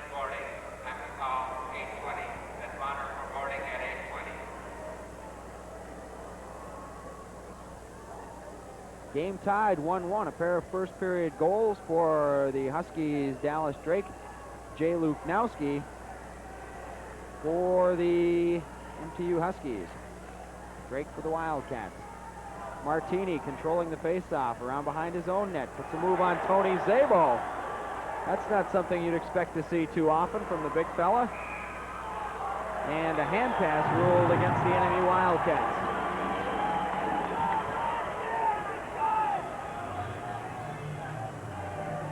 So Darcy Martini showing a flash of finesse. Take a look at the replay as the big guy from Castlegar, BC, left Tony Szabo standing flat-footed, and I'm sure Tony's going to be hearing about that one in the locker room at the end of the period. Buffet will face off for the Wildcats against John Young. Wildcats will control. In another minute and 3 seconds, the Cats will go on the power play as Buffet breaks in over the blue line. He tried to leave it for Szabo. Huskies took it away. Kelly Hurd will send it back to Martini. Darcy around the net. Tried to pass it ahead for Kelly Hurd. Jeff Simpson picked it off. Play near the Huskies blue line. Brad Warenka back towards center ice. Circles away as the Wildcats try and set it up. Warenka from Two Hills, Alberta, near the Edmonton area. Back for Simpson. Simpson for Tony Szabo. Szabo with a shot wide. Young will come away with it for Michigan Tech. He goes cross ice for Kirby Perreault. Pass up ahead by the Wildcats was intercepted. Now the Cats with it again. Buffet. He's hooked by Hurd. Leaves it for Simpson. Simpson with a shot. That was blocked by Ken Plotquin. Now Szabo and Perreault battling behind the net. Huskies will come away with it. John Young has it intercepted by Brad Warenka as the Wildcats return to full strength. Warenka's blast is stopped by Joff Sargent. Wildcats on the power play, their 3rd of the night. Scott Beatty with it. Back to the point for Warenka, for Beatty. Beatty going in for Hiller, for Louis Malone, and he was all alone on the doorstep and shot it wide. Back to the point for Warenka. 15 seconds remain in the power play. That was tipped just wide by Jimmy Hiller. Hiller behind the net for Beatty. Back to the point. Warenka tees it up and a shot, and that was knocked down. Antos with a chance. Now it comes back to Warenka as the Huskies return to full strength. Malone. Chance in front for Dean Antos. And Tech will send it the length of the ice for an icing call. And Tom, kind of an interesting situation there as we've got a little scuffle going in the corner. When Bonner came out of the penalty box and the play in the Michigan Tech zone in front of the net, Bonner went to his own bench for a replacement instead of getting right into the play. So effectively, the Wildcats had a power play for another 5 or 10 seconds there. Well, being as close as Michigan Tech is to the penalty bench area, I don't know if it was maybe that long, because it's almost instantaneously that the guy can come off the bench, because it's only like a step and a half. But Northern Michigan had a couple of excellent scoring opportunities out front of Sargent that time. Goalie saves to this point, 10 for Sargent here in the second period, 1 for Bill Pye. 25 saves on the game for the Tech backstop for Billy Pye, a total of 11. Here comes McEwen for the Huskies. He had the puck knocked away by Malone. Pye up ahead for Sukarov for Eddie Ward. Ward, cross ice for Zabo, a blast, and Sargent with his 26th save of the night. This keeps up. He's going to end up with somewhere in the neighborhood of 50. Play near the Huskies blue line. Malone got it in, but not too deep. Tony Zabo with a shot and another save by Sargent. Just one shot on goal here in the first 11 minutes of period number 2 for the Michigan Tech Huskies. Well, the last time these two teams played in Marquette, Jamie Ram was just spectacular. As we look at the replay, another Wildcat scoring opportunity, and you know, I kind of think Northern Michigan had shots in the low 40s that night, kind of wore Jamie Ram down as the game went on, and we'll see if they can do the same to Joff Sargent. So far, Sargent has stood awfully tall in the MTU goal. Jamie Ram, you mentioned, has a 91.3 saves percentage in league play. Joff Sargent at 89.8. So the Tech goaltenders, if they can get a little help, can produce some victories. Clockwin tried to pass it up ahead. It went off of Eddie Ward's skate. Ward now battling for it at center ice. It comes back into the Huskies zone. Sukarov. Check that Wildcat zone. Sukarov ahead for Zabo. Zabo bumped as he got it ahead to Eddie Ward. Jim Bonner now for the Huskies. Goes cross ice for Reed McDonald. McDonald sidesteps Louis Malone. McDonald will blast it from a sharp angle. Billy Pye with his second save of the period. Dallas Drake now trying to go ahead for Zabo. Had it knocked away by the Huskies. Play comes back into the NMU, and Shayak sent it around the net, and Davis Payne picked it up and just blasted it out of play. Davis Payne could have had a chance there if he'd have stopped and looked around for a moment. 8:09 remaining in the middle period this evening. Tom McCord along with Dave Dennis, a 1-1 tie from the Student Ice Arena. You made an interesting comment a moment ago. You said if the Huskies get some help, and I'll tell you what, you made the point earlier in the hockey game that, you know, you feel Newell Brown is turning this thing around. Well, I think it's not a matter of if they get some help, it's when they get some help. And I have every regard that Newell Brown will get the job done with this hockey club based on what I've seen this year. And I would definitely have to agree with you there. This Tech team has a program that's on the rise, and I wouldn't be too surprised to see them hosting league playoffs within the next couple of seasons. Brad Warenka for the Wildcats goes cross ice for Simpson. Simpson with a shot in front, and getting the shot on goal, I believe it was Mark Buffet. Wildcats continue to pepper that man, number 29, Joff Sargent, in the MTU goal. Take a look at that on the replay. Dave Shayak was the man that got the final shot. Here you see Jeff Simpson getting it into Shayak, and Dave getting the shot on Jeff Sargent, and yet another save for the junior from Newmarket, Ontario, where his goaltending partner of last year, Damian Rhodes, is now playing in the American Hockey League. Playing, as a matter of fact, for Frank Anzalone, former Lake Superior coach. So it all relates somehow. Playing behind the Huskies net, Shayak loses it to Darcy Martini. Martini's pass up ahead for Storm, and McEwen knocked him off to play his own player. Puck flipped into the NMU end. Simpson chases it down, gets there ahead of Storm. Shayak for Buffet. Mark couldn't handle it. McEwen took it away. Buffet took McEwen to the ice, not enough to warrant a penalty, as the Wildcats are called on the offside. Jim Burlew not letting the crowd influence his decision that time. That was close. There you see Newell Brown, the coach of the Michigan Tech Huskies in his first season since coming up from Michigan State. Last week in the first period, that would have been a penalty. Last week in the first period, anything was a penalty. Contact was a penalty. With the ice, the stick, the puck, just about anything, and Fuzzy Christensen got the ultimate contact, getting knocked out of the game. Puck comes off the boards down into the Wildcat end. Sukharov will chase it down for Northern. Try to flip it ahead for Joey Frederick. The Huskies intercept and flip it in offside.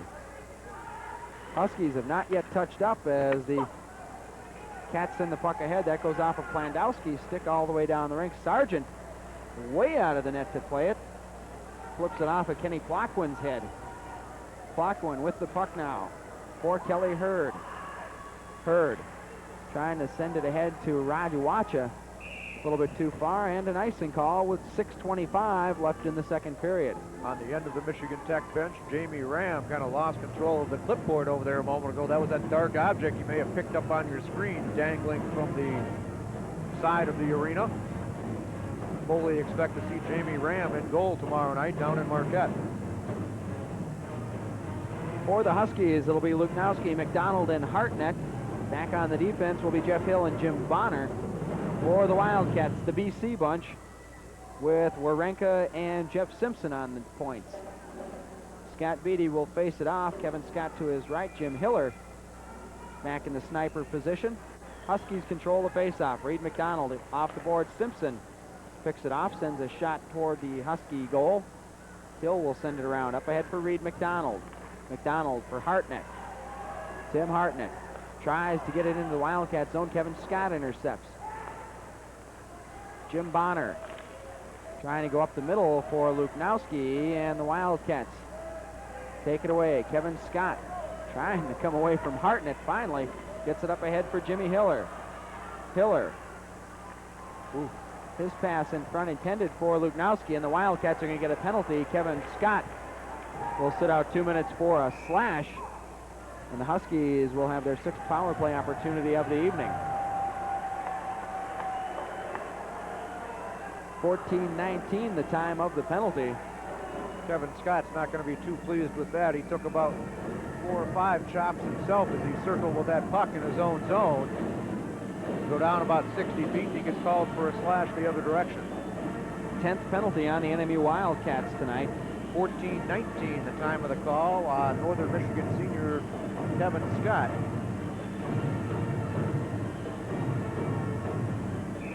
Killing the penalty for the Wildcats, Ward, Malone, Drake, and Sukharov. On the power play for the Huskies, John Young rather, will lead the attack. Davis Payne also on the ice along with Jim Storm, Darcy Martini, and Kelly Hurd. So a bit of firepower on the ice right now for the Michigan Tech Huskies. Hurd and Young both over the 50-point mark on the season.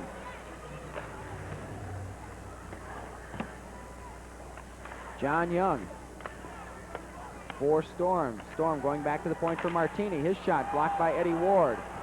Ward will stop and take a look and send it the length of the ice, where Joff Sargent will play it up ahead to Martini. Darcy for John Young. Young over the blue line. Tried to send a pass in front to Davis Payne. Wildcats put an end to that notion. Sargent went to play it. Couldn't quite handle it. Kelly Hurd will do the honors. Up ahead for John Young. Ooh, Dean Antos takes it away. Antos stumbled, had a chance, but couldn't keep his footing. Dino again with the puck. Tried to go in front for Daryl Plandowski, and he was held up by John Young. Hurd for Martini. Ooh, he goes cross ice. Warenka will have to flip it in behind the net. For the Huskies, Jim Storm back behind the net for Martini.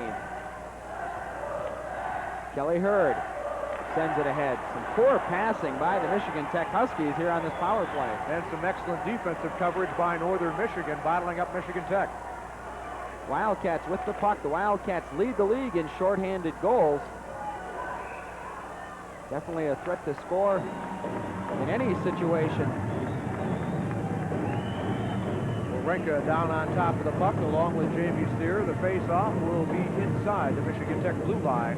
25 seconds left in the slashing call on NMU's Kevin Scott. 1-1 is our score. Dallas Drake at 11:58 of the first period on the power play from Zabo and Sukharov. Jay Luknowski celebrating senior night for the Huskies with his 7th. Reed McDonald drawing the assist at 13-14. That also back in period number 1. Warenka off the glass into the Huskies zone. For Michigan Tech, that is Jay Luknowski, who has the MTU goal back behind his net. Play comes up ahead to Hugh McEwen. McEwen up over center ice. Pass it off for Luknowski. Back for Tuskian. And the Wildcats are there as they return to full strength. 6-for-6 penalty killing for the NMU Wildcats tonight. That play called on the offside. A look at Jamie Steer, the 5'11 junior from Calgary, Alberta on the season. Jamie with 14 goals and 12 assists. Total of 26 points.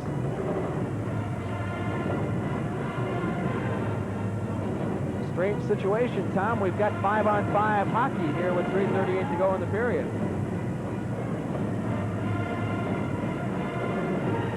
Mike Hosworth with Uwacha and Tim Hartnett. Randy Lewis began the game on the Hosworth line, but was ejected after a fight with Steve Carpenter. Hartnett loses it to Scott Beatty. Beatty dumps it around for Malone. He sends it up ahead, and Jimmy Hiller will send it down the ice. Bonner will chase it down at his own red line, comes in front, and Sargent had to flip it away from Kevin Scott. Playing behind the net again. Huskies doing a good job checking the Wildcat forwards. Reed McDonald will send it ahead. It goes off the linesman, Bill Wiseman.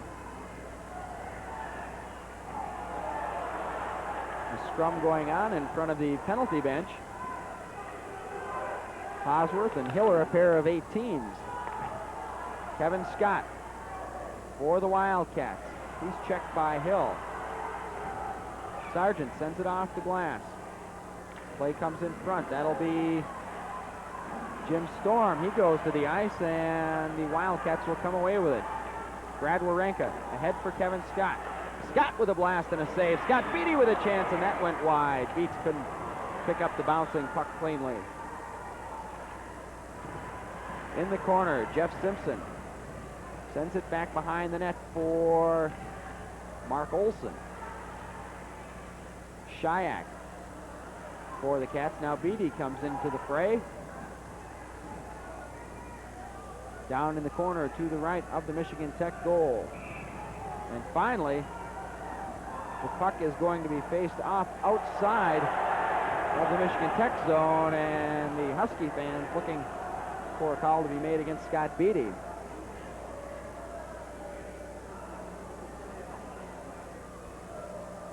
Scott trapped on the ice that time as the Wildcats changed up. We look at Newell Brown pacing in behind the Michigan Tech bench. Doesn't look like any penalty calls will result from this. Maybe, are we or aren't we? Still discussing things, the boys are, down along the near side boards. Shayak and Jim Storm, the pair of 24s, having words. Guess the players have decided to match up against their numerical counterparts. Mike Hosworth and Jim Hiller, the 18s, having words along the boards in front of the penalty bench just a few moments ago. Face-off being moved outside the Northern Michigan zone is at the end of this. Jim Burlew ruling that Northern Michigan caused the stoppage in play. And there you see Beatty taking a poke at one of the Huskies. They'll face it off just outside the Husky blue line. Buffet and John Young. Huskies controlling the face-off as they've done often tonight. Martini flips it in behind the Wildcat net. Billy Pye will leave it there. He tried to leave it for Simpson. Simpson having to tie up Davis Payne. Now Warenka has it. Flips it up. He was looking for Buffet. Huskies intercepted. Minute 35 to go, second period, as Billy Pye gloves the long shot. Shayak tries to turn away from Young. Jeff Simpson now. He's run over by Davis Payne.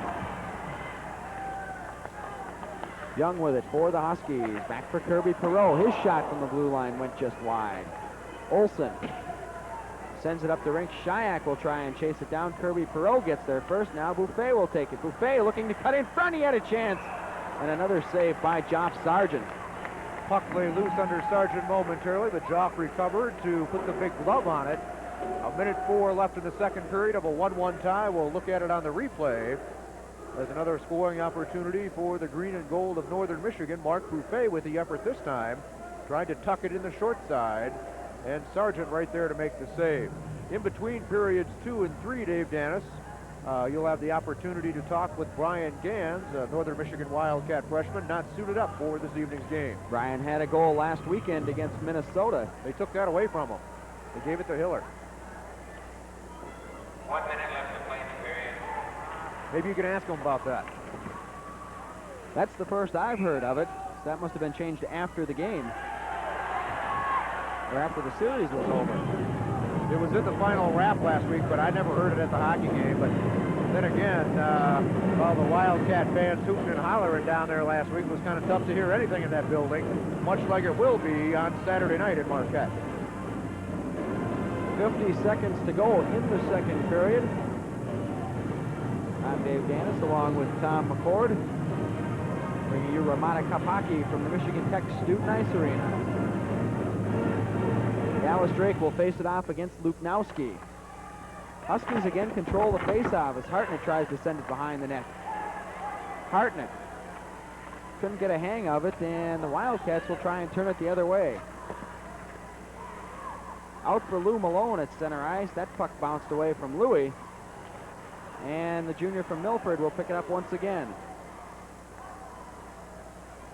Now Dallas Drake with it. Drake off the boards with 25 seconds to go. Sargent will bounce it off the glass. Was looking for Tustian. Dallas Drake picks up the puck.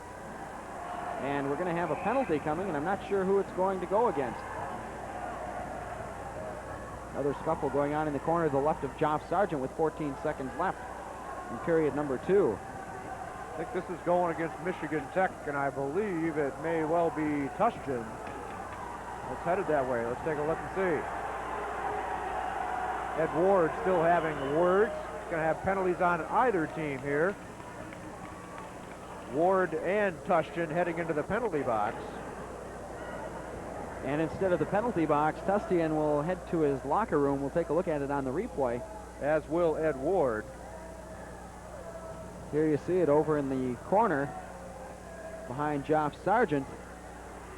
There's Rob Tustian and Ward mixing it up. So with 14 seconds to go, the teams will play 4-on-4 hockey. A look at Eddie Ward heading to get the first pick of the oranges in the dressing room. I'm not so sure that that original penalty wasn't going to be called on Michigan Tech, and possibly Ward got called for the retaliation.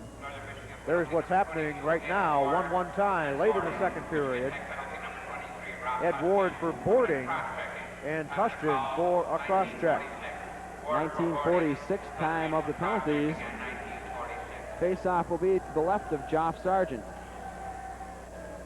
And if anything, it creates a little bit of an advantage for the Wildcats with the play in the Tech zone. A little bit more room to get a good shot off in the 4-on-4 situation. The Huskies have done a good job checking the previously high-flying Wildcats. Northern comes into the game averaging better than 6 goals a contest. They've only got 1 goal through 2 periods so far tonight.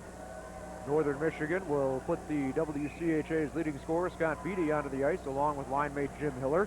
2 top assist men on Northern Michigan's roster, Warenka and Sukharov, back on the blue line. The Wildcats want to do something here. They're going to have to do something that they haven't done well tonight, and that's control the faceoff. Beatty will take the draw for the Wildcats. They win that one. Brad Warenka spinning away from Storm, and Storm knocked the puck away from Warenka. 5 seconds to go. Jimmy Hiller out at center ice to Sukharov, and that will do it for period number 2. No scoring in the second period. After 2, our score, the NMU Wildcats 1, the Michigan Tech Huskies 1. Goalie saves in that second period. Sargent 15 and Pye only 2 in the net for Northern Michigan. Billy with a game total of 12. Joff Sargent with 30 through 2 periods. Back with more hockey after this timeout.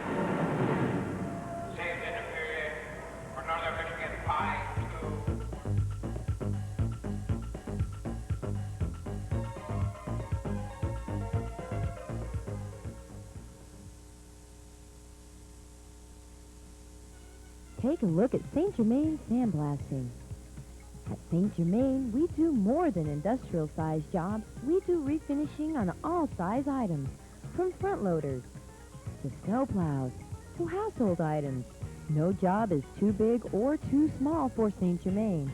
Remember, just because it's rusted doesn't mean it's busted. St. Germain Sandblasting. Tri-City Industrial Park, Nagani, 475-7508.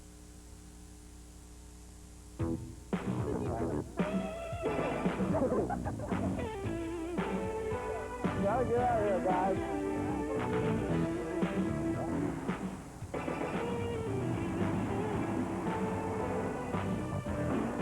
Wouldn't it be nice if we could back up and change the mistakes we made?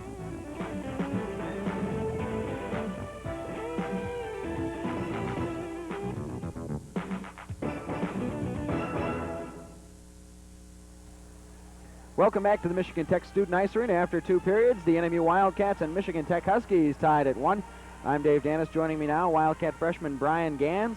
Brian, a freshman from Kingsford, Michigan. Brian, Kingsford not exactly known as a hockey hotbed in Upper Michigan. How did you get going in the game of ice hockey? I started skating when I was like 2 years old. My dad he bought me a pair of hockey skates and a hockey stick, and from there on, I loved it. Playing some games up at the Mountain View Arena up in Iron Mountain, then you went on to play for the Marquette Electricians in junior hockey. What led to your playing with the Electricians? There was a point where I had to leave Iron Mountain to get a better competition, so I decided to go up to Marquette to play hockey, and I started there when I was 12 years old, and I played up through the program and went on to play with the Electricians and then on the juniors. And where did you play your junior hockey? I played a year in Toronto, Canada, and I played a year in Omaha, Nebraska. Up in Omaha. Now, you've been gotten some ice time for the Wildcats this year. You picked up a few goals, but apparently you had one taken away from you. You were originally credited with one against Minnesota last week, and what ended up happening there? Well, I got the pass from Scott Beatty in the corner. I broke to the net, and the first shot the goalie saved, and the second rebound I put in. And when you watched it on the replay, it looked like Jim Hiller had put the goal in when really I did, and they gave him the credit for it. Well, you had originally been credited with it, and then they took it away from you, but you did score the goal, huh? Yes, I did. Okay. What's it like having to play, maybe one game during the weekend or every other weekend? It's got to be kind of tough to stay mentally ready. Yeah, it's kind of tough. We have a really deep team offensive-wise, and he's trying to get everybody some ice time, so you just got to play when you have your chance and make the best of it. So what do you see coming up? Are you going to be playing tomorrow night against the Huskies? I'm not really sure. We'll have to find out tomorrow when he posts the lineup, hopefully. So are there any other hockey players who have been outstanding down in your home area, Iron Mountain, Kingsford? Is there anybody else coming up that maybe we could see playing college hockey in the upcoming years? I haven't been home in a while, but I'm sure there's some great young talent coming up in Iron Mountain, and you never know, in the future you could be seeing someone else playing Division I hockey. Dickinson County now with a high school team combined from the Iron Mountain and Kingsford High Schools, the Iron Kings, and they've done fairly well playing in a league against mostly Green Bay Area high school teams. Yes, they've been pretty competitive in that league, and hopefully they'll just get better and grow bigger in Iron Mountain. Wildcat freshman Brian Gans. Brian, good luck the rest of the season and in the playoffs, and in the coming years you'll have with the Wildcats. Thank you. We'll take a timeout and be back with more intermission action when Wildcat hockey continues right here on Channel 8.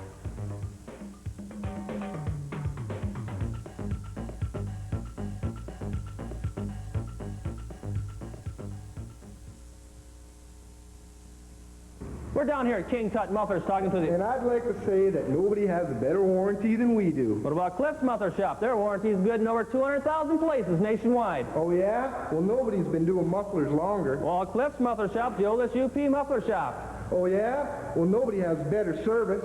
Cliff's, you're in and out in under 30 minutes in most cases. Oh, yeah? Oh, yeah? Well, do they have a muffler shaped like Vermont? Stop in today and see Mr. Nobody at Cliff's Mufflers, Marquette.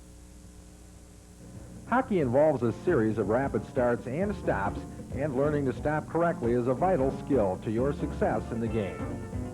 When stopping, you must plan your next move, and the one-skate stop will allow you greater freedom to do just that. Let's take a closer look at the backward one-skate stop. The key elements are hip rotation, about 1/4 turn to the left, the knee bend on the stopping leg, and the inside edge of the stopping skate, which must be firmly planted. This maneuver should be used in a non-contact situation when your next move is predetermined. The most common mistake in the one-skate stop involves the breaking leg. If the knee and leg is straightened, a fall is most likely to occur. If your feet are too far apart, you'll be off balance. If you turn your body too much, you'll stop all right, but you are now out of position with your side or back to the play.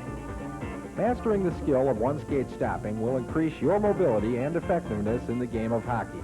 But remember, practice makes perfect.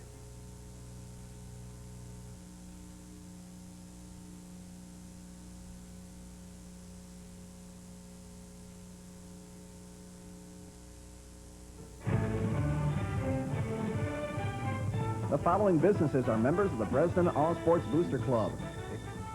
Marquette General Hospital and its Marquette Family Health Center, where several physicians have a special interest in sports medicine. Call 225-3864. That's 225-3864. Marquette Catholic Credit Union, 500 South 3rd, now offering full service on Saturdays. Marquette Catholic Credit Union is open 9 to 5 Monday through Thursday, 9 to 7 Friday, and 9 till noon on Saturdays. Loans from $25 to $25,000, including free life insurance to eligible borrowers. Marquette Eye Care Center. Look for convenience and extra service. Insist on style as well as quality.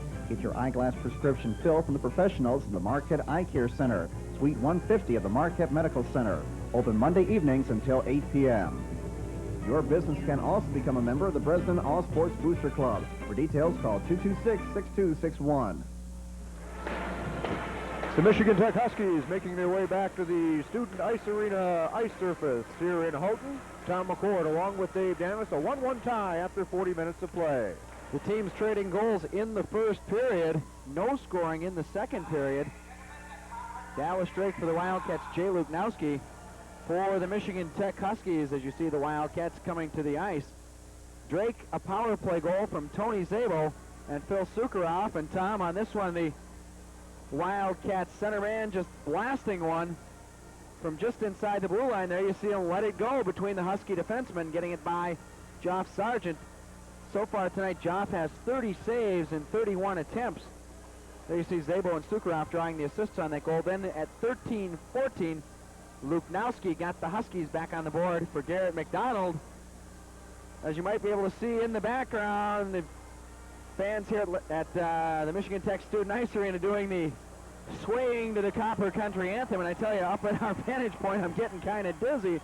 Let's take a look at it. Reed McDonald wraps it around the net, and Luknowski got in behind the Wildcat defense to tie it up. And that, once again, coming at 13-14. Our score 1-1 after 2 periods.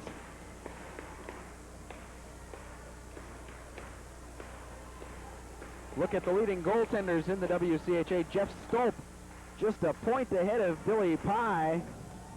Dwayne Dirksen in 3rd place. Tom Newman and Tony Kuchar 4th and 5th. And John Gustafson of Colorado College in 6th place. Stolp being ahead of Bill Pye had to be a direct result of that Badger shuffle, not the Badger shuffle, the Gopher shuffle last weekend. Gophers changing goalies repeatedly at Lakeview Arena, sometime for tactical reasons, sometimes apparently just for the heck of it. 3,655, a little bit smaller crowd than we expected here at the arena tonight. The game was nearly sold out, a few no-shows, and possibly some nasty road conditions and weather contributing to a few northern fans not making the trip up here from Marquette. We are just about set for 3rd period action. The score is tied 1-1 with the play-by-play. Please welcome Tom McCord. Thank you, Dave Danis. It's been anything but pleasant in the Marquette area the last 36 hours.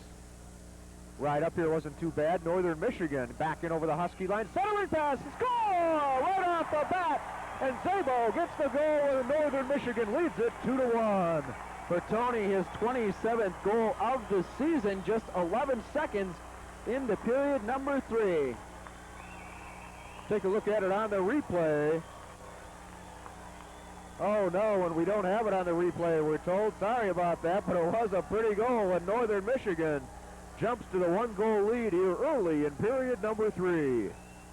That's a big one for the Wildcats. They're ahead 2-1. That's one of the few shots they've been able to get by Joff Sargent. Huskies clear it back into the Northern Michigan zone. Freshman Garrett McDonald gets it off the senior Brad Warenka. Back to McDonald. Garrett will start off the rush, center ice pass for Mark Buffet. Buffet to the Husky line, pushes it between the skates. Martini's pass goes off Zabo. Warenka will hold it at the blue line across to Garrett McDonald, snapping one right in front of the goal, and that's knocked down by Kelly Hurd.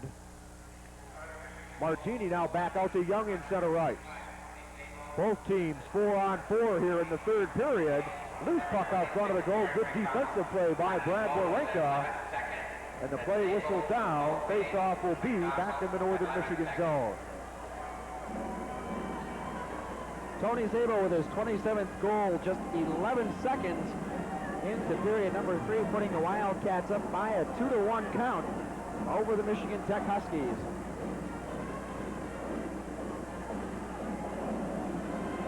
What's flying over there, Dave? Looks like crazy bread. Oh, man. They can't fill this high, I don't suppose. Lou Malone in behind his own goal for Northern Michigan.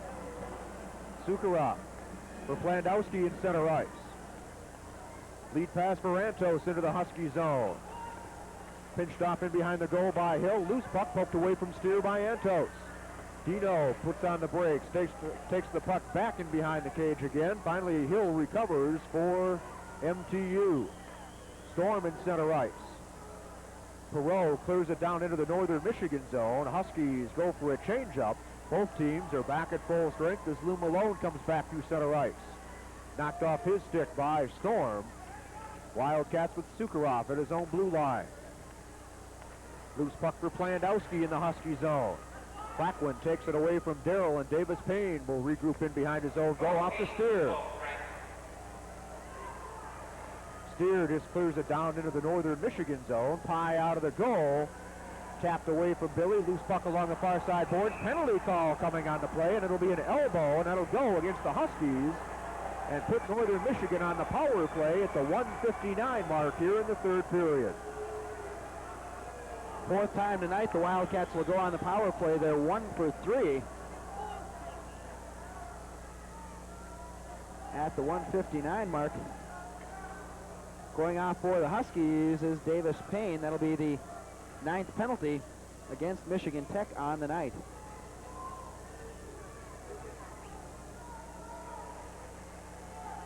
Taking a look at the scoring on Zabo's goal, Mark Buffet will draw an assist along with Garrett McDonald.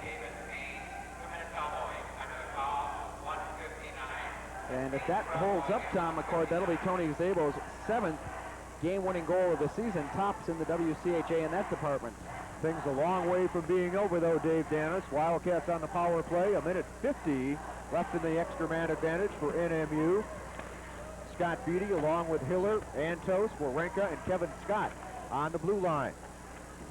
Loose puck into the circle. Scott Beatty picks it up right in front of the goal. Fans on the shot the first time. Still controls that loose puck. In behind the goal for Hiller, off to Antos. Antos dumps it back for Jimmy in behind the MTU goal. Back on the blue line, tipped away from Warenka. Here come the Huskies, 2-on-1. Lutnowski and hustling back to break up that pass intended for Storm was Brad Warenka.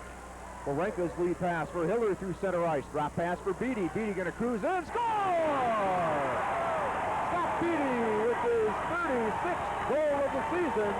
A power play goal, and Northern Michigan leads it 3-1. And that keeps Scott Beatty's scoring streak going. As it reaches game number 21, here you see it on the replay. Beatty taking the drop pass and putting it by the Tech goalie at 2:47 of period number 3. And the goal by Scott Beatty is another Wildcat power play goal for the DARE program of Marquette County. Already a part of the Cats power play is Connie Hummel of Marquette, Michigan. Jim Hiller and Brad Warenka will draw the assists as the Wildcats take the 3-1 lead.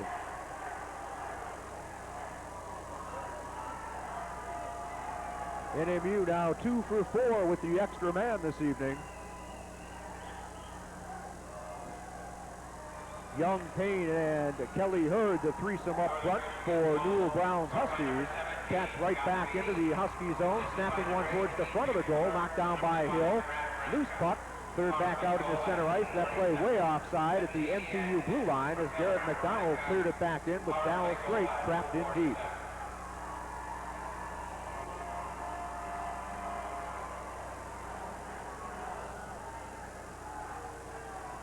Look at the coaches. Newell Brown for the Huskies, Rick Comley, looking for his 378th career victory tonight.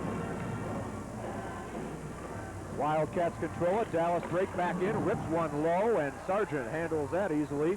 Puck cleared back out through neutral ice. McDonald skates it up to the Husky line. Winds it up, and his shot goes high up into the netting, and the faceoff will be in the Husky zone.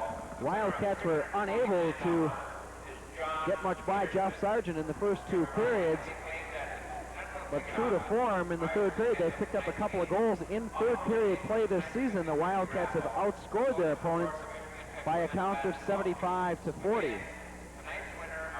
On the Scott Beatty goal, Brad Wawrinka picked up an assist, and that ties him with Don Waddell for the highest scoring defenseman in a season at Northern Michigan. So the next point, Brad Wawrinka will be the career leader in points for a season for a defenseman at NMU. 16:35 to go, third period. The Wildcats and Huskies were tied after two. Tony Szabo and Scott Beatty with goals here in the early going to put the Cats up 3-1. Of course, last weekend, Wawrinka broke the assist mark in a single season for an NMU defenseman. That was also held by Don Waddell, and we've got penalty to Dean Antos. There you saw it on the replay. Bingo. As Dino will go off for a trip at 3:25. Check that, make it a hook. That'll give the Huskies their 7th power play of the night. So far, a big goose egg up on the power play efforts of MTU this evening. They'll try and change things right here. Wildcats will try and have another successful kill. Young with the loose puck in behind the Northern Michigan goal. Still controls it, back to Martini, across for Kelly Hurd off his skate. Wrapped off the boards, and here comes Dallas Drake. Drake on Martini, and Darcy is going to beat Dallas to the puck and circle it back into his own zone. John Young in neutral ice. Hook to the ice. Jim Burlew looks at it, looks the other way. Martini in his own zone once again. The Storm in center ice. Poked away from him. Davis Payne carries on, though. Payne snaps one right on, and Pye has that in the big glove, and he's going to hang on. Only the 13th save of the night for Billy Pye. And of those 13 saves, a few of them have been pretty good scoring opportunities for the Huskies. Take a look at it on the replay. The Huskies cruising in. And Davis Payne taking the shot from close range. And the senior netminder coming up with the save for the Wildcats. Steer centering Tushchin and McEwen for Michigan Tech. Luknowski and Kenny Plaquin back on the blue line. Plandowski, Wawrinka, Garrett McDonald, and Mark Buffet for NMU. Loose puck to the side of the circle. Tushchin battling for it with Garrett McDonald. Wawrinka on his knees, clears it around the far side boards. Buffet's pass looking for Plandowski too far. Tech controls at their own blue line. Jay Luknowski. Nice move to get away from Mark Buffet. Taken from him, though, by Plandowski, and Plaquin carries on. Plaquin bumped across the way by Garrett McDonald. Loose in the skates. McDonald gets it forward and finally out of the zone on the effort by Mark Buffet. McEwen. Huskies changing up the power play. 32 seconds left with the extra man as Antos sits in the penalty box. Wildcats will get some fresh legs on the ice. Payne back in the Northern Michigan zone. Bumped off the play by Sukharov, and Phil's going to clear it back to center ice. 15 seconds left in the Northern Michigan penalty. Luknowski tries to clear it into the zone, intercepted and cleared back down the ice by Lou Malone. And the Huskies are going to go 0 for 7 on the power play with 14:35 left in the third period. Wildcats back at full strength. Martini golfs it down to Davis Payne. Still battling for it. Young controls along the far side boards. Back onto the blue line. Martini will snap one right on, and Pye in traffic loses the puck, but Zuccarov steps in to cover it up. Bill's pass intercepted. Tech controlling with Martini at his own blue line. Lead pass up for John Young. John, the leading Huskies forward, tries to look for Davis Payne too far. Payne centering attempt knocked away. Payne now upended across the way. Lou Malone held on to. Puck centered back towards the blue line and all the way back into the MTU zone. Long lead pass for Young, but John had other ideas, headed for the Husky bench, and Northern Michigan controls it. Tony Szabo with a goal in the hockey game. His clearing pass intercepted. Here comes Hartnett back in. Hartnett will wind it up, and his shot deflected high into the netting by a sliding Brad Wawrinka. 13:37 remains in period number 3. The Wildcats leading the Huskies by a score of 3-1. We'll take a look at the replay. Puck coming in to the Wildcat zone and being tipped up out of play. Face-off will be just above the circle on the left side of the rink. Drake centering Szabo and Ward for NMU.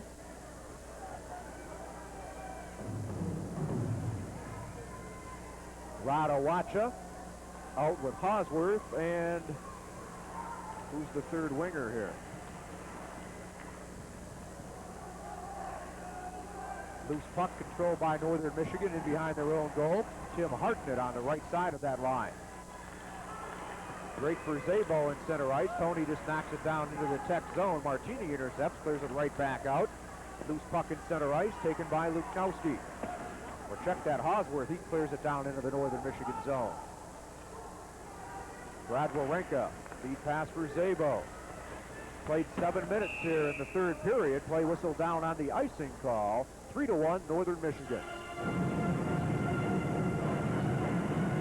Job Sargent, the Huskies goaltender, with a busy night. Taking a look at some other scores from around the country. Wisconsin leads St. Cloud 3-2 after 2. In the CCHA, Michigan 5-3 over Michigan State in the second. The Wolverines rated third or fourth in the country, depending on which poll you look at. Western Michigan 2-1 over Ferris in the first. Bowling Green 4-0 over the Miami Redskins. That also in the first. Illinois Chicago 4-3 over Ohio State. And Lake Superior 5-1. Mark Buffet rips a shot, and Sargent covers that one up and hangs on.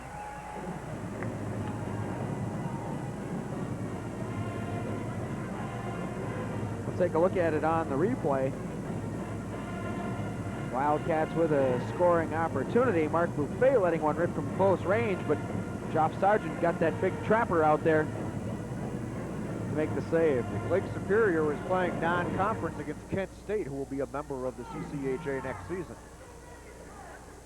Face off to the left side of Joff Sargent. That's Sargent's catching glove hand. Buffet remains out with Shayak and Olson. Mark Olson had the winning goal up here the last time Northern Michigan played here. Malone with a blast from the face-off, deflected right out front of the goal, and Dave Shayak just missed on that as Sargent was alert. Blackwood brings it back through center ice.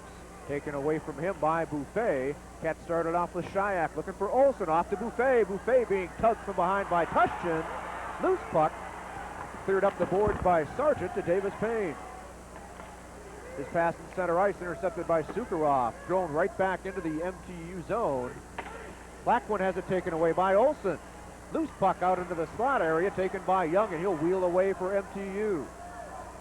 Kelly Hurd back in over the northern line, snaps a shot right on, and Pye slid into there by Steer. Make that Davis Payne 19, not 9, and the net once again is off the magnets.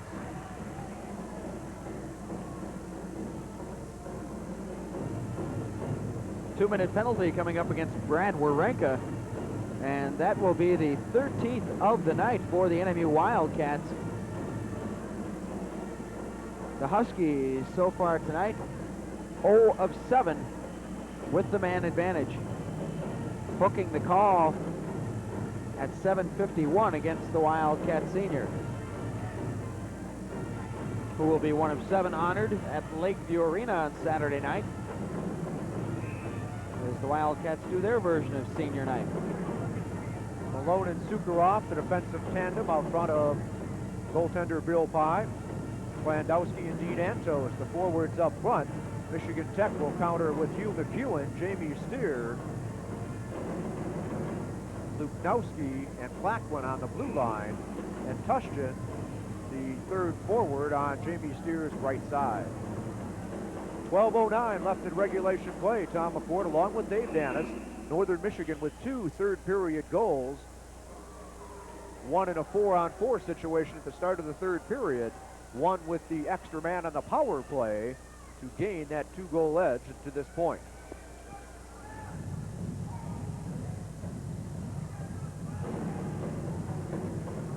Jim Merleau discussing things with Newell Brown.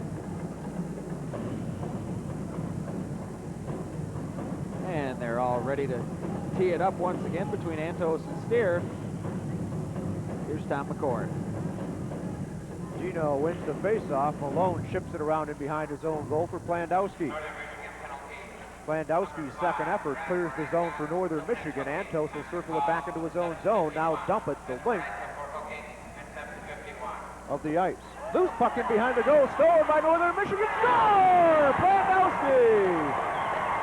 And for Darrell, that is goal number 8 on the season, and he probably hasn't had too many bigger than that one as it gives the Wildcats a 3-goal bulge.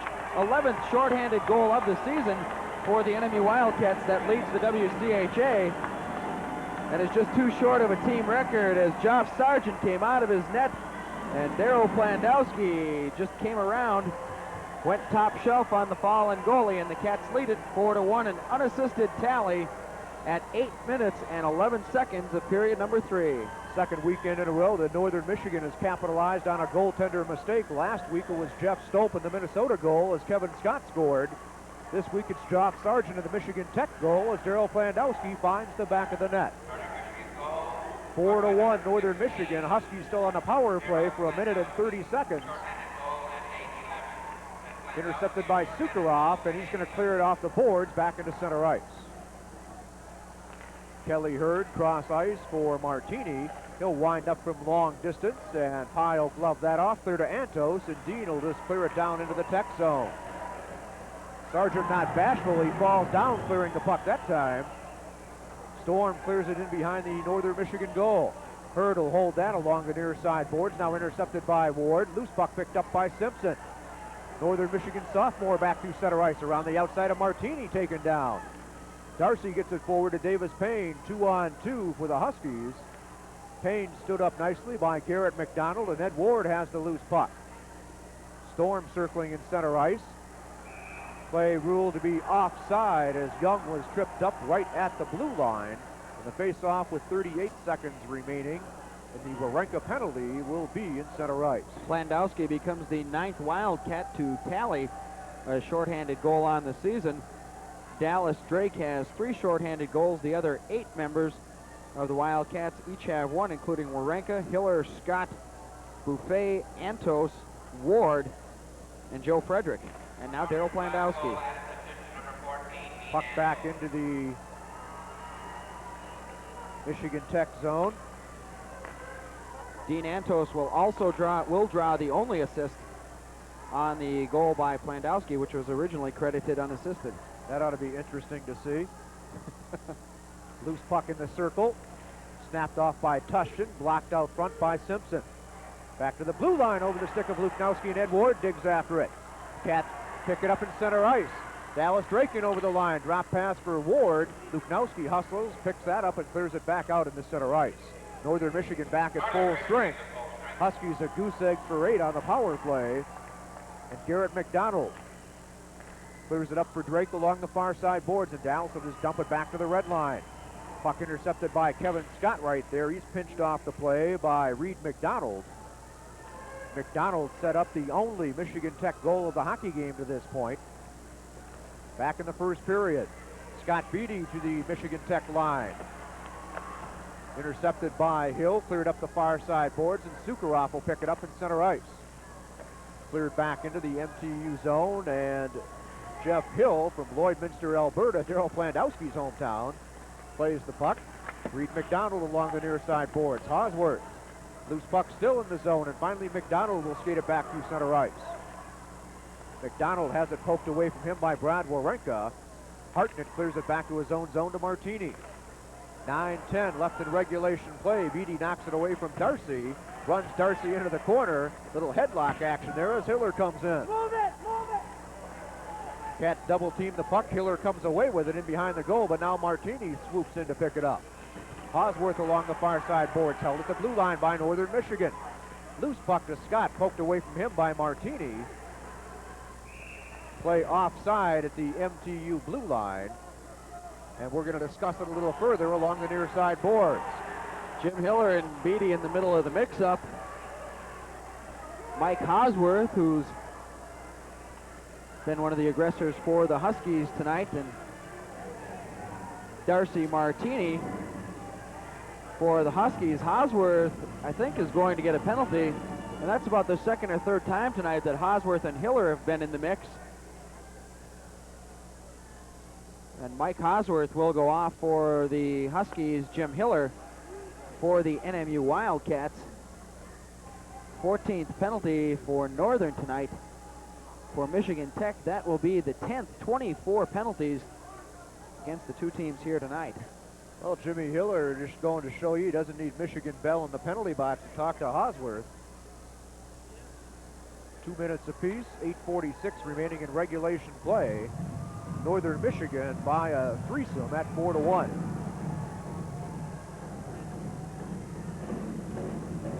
Just a reminder, face-off time Saturday night at Lakeview Arena in Marquette is 7:05, senior night, so get there early. And if this score holds up, Dave Dennis, it could be a victory party tomorrow night should Northern Michigan come up. They have a possibility now of winning the WCHA title on home ice if they can hold off Michigan Tech for another 8:46 here. And sipping champagne from the McNaughton Cup. And if the Wildcats do hold on tonight, they will equal the longest unbeaten string in school history at 15 games. Well, I don't know if they'll have champagne in the cup. Better not talk like that. Buffet back in over the Michigan Tech line. Backhand shot right on goal, and Sargent's going to grab that and have it whistled down by Burlew. Face-off will stay in the Michigan Tech zone.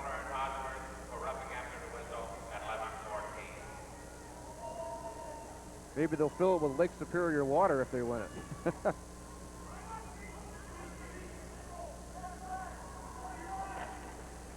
From the face-off, Wawrinka takes it, gets pushed off it, comes back out into center ice on his knees. Puck loose, poked away by Tushchin. Stolen.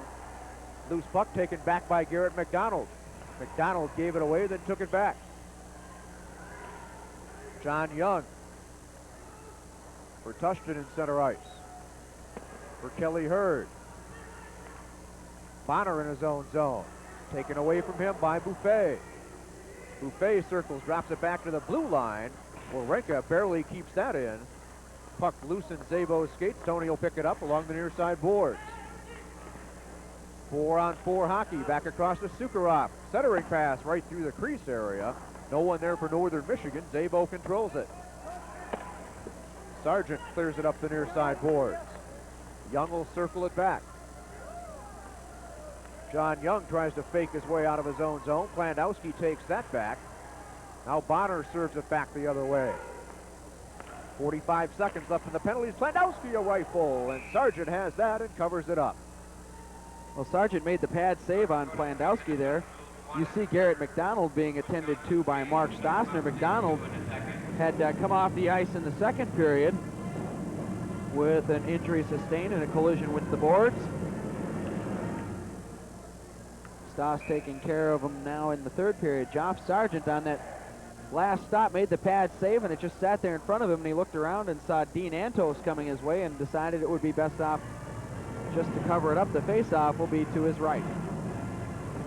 4-on-4 for another 40 seconds. Antos along the far side boards, back to Sukharov. He'll wind it up, and that hit the outside of the goalpost. Along the far side, Kirby Perot dumps it back up the boards for steer too far. Sukarov is going to hang on to it. Takes it back towards the blue line, now dumps it into the near side corner. Martini clears it up for Storm. Storm pinched off by Dean Antos. Antos back to Lou Malone. Malone's going to wind it up. Whoa, that hit the other goal post. And Jamie Steer is going to try and clear his own zone for Storm. Back out to center ice to Perot. Wildcats will come right back in with it. Dean Antos back over the Husky line. Antos takes the look, going to wind it up, blast it. That caught a little bit of iron, it sounded like also. Another shot, and that just gets deflected wide. Both teams back at full strength. 6:37 left in the regulation plays. Steer just clears it down into the Northern Michigan zone, heads for the bench. Tony Szabo with the loose puck. For Sukarov, and he'll skate it forward. Sukarov rips it around the backboards. Luknowski. Szabo pinching down. Drake controls it. Side of the circle. Dallas Drake still with the puck. Centering pass, and Szabo missed on the one time. And diving on top of that puck across the way is Joff Sargent. And there you get a look at the mangled hockey stick belonging to Darcy Martini, and I can't tell if that's one of the aluminum sticks or one of the wooden ones. Martini left the ice, and it would appear that that's the old-fashioned wooden stick, but that's mangled at a pretty nasty angle. Don't make wood like they used to. First period score, North Dakota leading Minnesota Duluth by a score of 3-1 out in Grand Forks. The Fighting Sioux chasing the Wisconsin Badgers for third place in the WCHA, although they have clinched a home advantage for the first round of the playoffs and could very well be meeting the Bulldogs of Minnesota Duluth. Linesman scraping up a few of the wood shavings where Martini dropped the stick.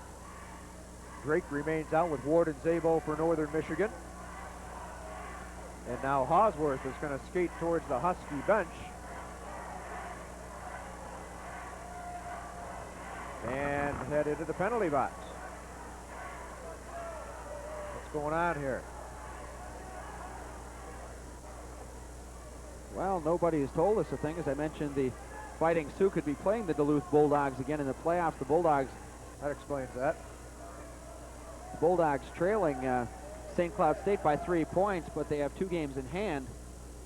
The St. Cloud Huskies closing out their WCHA season tonight against Wisconsin. Mike Hosworth of the Huskies has received a 10-minute misconduct. And for Mr. Hosworth, that'll be his second trip to the sin bin tonight, and with 6:12 to go, he will more than likely get to spend that time in the locker room. And there he is being called off the bench and sent to the Huskies locker room. Not enough time for Mike to serve out his sentence, a 10-minute misconduct for the Huskies. Finally, Reed McDonald comes out to take Hosworth's spot opposite Dallas Drake. Puck loose in the circle, squirts out to Rod Awacha. Awacha tries to bust it up the center into the Northern Michigan zone. Pye out of the goal to clear that away. Loose puck taken by Tony Szabo. And cleared back out the center ice. Awacha gets it forward for Reed McDonald, poked away from him by Drake. Drake looking for Tony Szabo. Picked up by Drake at the line, back out in the center ice. Ed Ward being tied up by Hartnett. Loose puck comes back into the Northern Michigan zone. Simpson backhands it around. Ed Ward along the far side gets it off to Wawrinka. Wawrinka is going to dish it forward to Szabo, who will bring it back into his own zone. 5.5 to go in regulation. Cats with a 3-goal lead at 4-1. 3 third-period goals by Northern Michigan, who entered the period with Michigan Tech tied at 1-1. Shayak bumps his man off. Loose puck into the circle for Olsen. Off the skate of Dallas Drake, picked up by Shayak. Puck still loose in behind the Husky cage. Drake bumped off into the near side corner by Jim Bonner. Shayak has it in behind the goal. Bonner steps in to take it away from him. Loose puck into the far side. Olsen has it for Northern Michigan. Back to Wawrinka. Puck cleared in behind the goal. Dallas Drake can't flag down the pass by Sargent. And Jamie Steer will pick it up. No, he won't. Puck into the far side corner. Olsen battling for it there with McEwen. Dallas Drake comes in to try and take it. Puck still loose in the skates. Drake now has it along the far side. Penalty call coming up. And now Olson will make that Shayak comes into Martini. And I think it's Martini picking up the penalty. Well, it's kind of unusual for Darcy Martini to wait 55 minutes and 24 seconds to get his first penalty of the evening. As we mentioned, he is the WCHA penalty leader. And he couldn't make it through the game without getting one, as Darcy will go off at 15:24 of period number 3. We'll take a look at the altercation on the replay. I can't really see where the penalty's called. It's going to come. We've got more penalty activity coming up. As Right there, it'll be a cross-checking penalty. Right there, Dave Shayak steps into Martini, and he's going to join Darcy across the way. And that'll even off the penalties. Once again, the initial call going against Michigan Tech, and the retaliation will even things off. And that'll send some fans to the parking lot to get their cars warmed up on a cold Friday night. Martini getting the cross-check. Shayak getting the roughing call after the whistle at 15:24. So we'll play 4-on-4 for the next 2 minutes. 4:36 left in regulation play. Tom McCord along with Dave Dennis from the Student Ice Arena on the campus of Michigan Tech. Kelly Hurd back in over the line. Loose puck swooping in. Save made by Pye as Tushton had the opportunity. And a penalty call for a hold coming up on Lou Malone of Northern Michigan.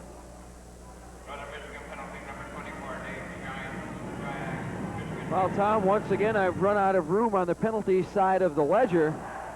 We'll take a look at it on the replay as Louis Malone gets the 16th penalty whistled against the Wildcats tonight.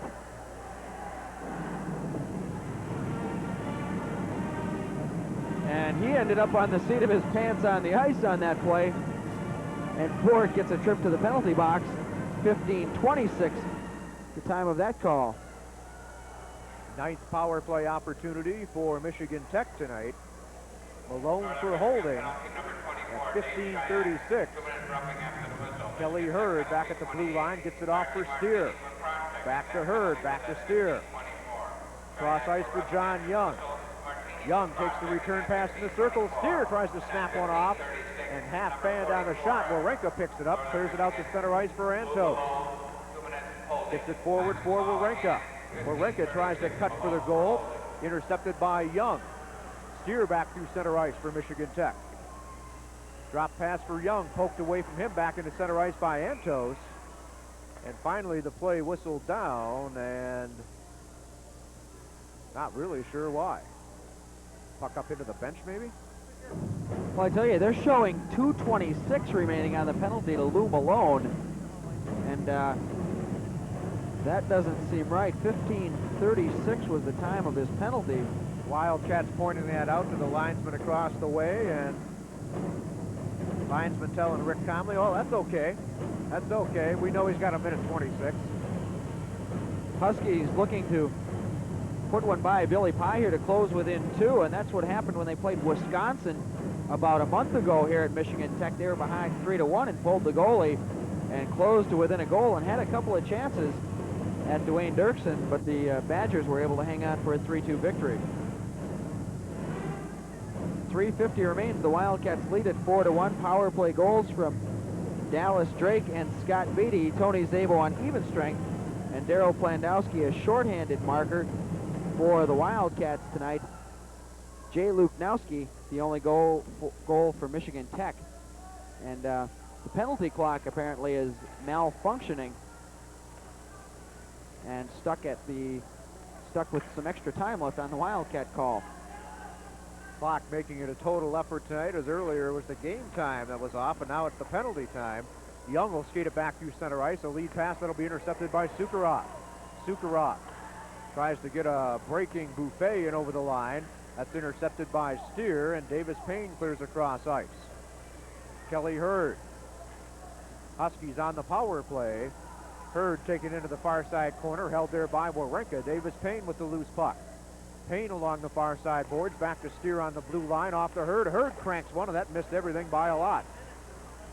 Loose puck along the far side. John Young in the circle. Down low to Payne. Payne gets it back to the blue line. 25 seconds, and both teams will get a man back. Puck intercepted out front nicely by Dallas Drake. Cats back up ice 2-on-2. Drake takes the long shot that's handled easily by Jock Sargent. 5-on-4 power play upcoming very shortly. Steer back in over the line. Drop pass McEwen. McEwen far side. Huskies at full strength, Northern Michigan, 1 man short. Wildcats still a man down. Huskies back at full strength. Cats clear all the way down into the Michigan Tech zone. Lou Malone up on his feet. He's back onto the ice right now. Steps into Davis Payne across the way. Anto stood up by Plaquin at the red line. McEwen in his own zone. Can't find the puck. Simpson will pick it up and clear it back in with 2:09 left in the hockey game. 4-1 Northern Michigan. 3 goals here in the third period by the Cats have made this one look pretty good. Puck up the far side, held at the blue line by Sukharov, right out front of the goal. Frederick centering pass, and that one off a skate to McEwen. Lead pass up for Radowacha. 1:45 left in the hockey game. Owacha's blast missed everything. And the Cats skate it back out to center ice. Intercepted by Bonner. Plandowski steps into him. Cats get it back up over the line with Frederick. And a breaking centerman, Scott Beatty, but passed it behind him. And McDonald comes back. McDonald to the Northern Michigan blue line. Stood up by Sukharov, and Lou Malone has the loose puck. To Frederick. Frederick's just going to sky it towards center ice. Bouncing puck to the Husky line. Picked up by Scott, who snaps a shot, and Sargent was alert there. Beatty clears it in behind the goal with 1:10 left in the hockey game. Cats are going to increase their first place margin over Minnesota to 3 points, and will have a chance to wrap it up on home ice tomorrow night. Under a minute to go, Kevin Scott with the loose puck. Could be quite a party at Lakeview Arena on Saturday night. Long shot from the blue line by Simpson, sticked away. Beatty in behind the goal. Hill finally clears it. Simpson holds it. Puts it cross ice, and Perot just clears it back to the red line. 35 seconds. Picked up by Beatty. Beatty has it in the skates. Looks for a trailer. Beatty centering pass right out front. Hilder, a bouncing puck, couldn't control it. And the Huskies just clear it back into the Northern Michigan zone. 22 seconds left in the hockey game. Northern Michigan has done the job here at the Copper Country tonight. Loose puck to Beatty. Northern Michigan fans on their feet across the way. 5 seconds to go. You can hear the roar. Loose puck picked up by Szabo, and that's going to end the hockey game. And Northern Michigan increases the lead to 3 points over Minnesota and has a chance to wrap it up on home ice Saturday night in Marquette. 4-1, the Wildcats win it at Michigan Tech. Third period saves for Joff Sargent, 11, a game total of 41. And for Billy Pye, another light-duty night in the Wildcat net. He had 5 for a total of 17. Wildcats celebrate around goaltender Bill Pye. We'd like to thank our host this evening, Dave Fisher, the sports information director at Michigan Tech, and also to Janet Hegg, who's been our statistician person up here this evening.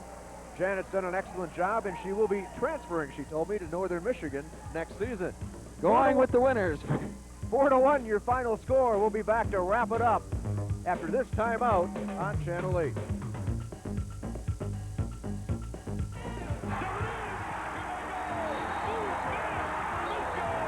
ESPN means business for local advertisers.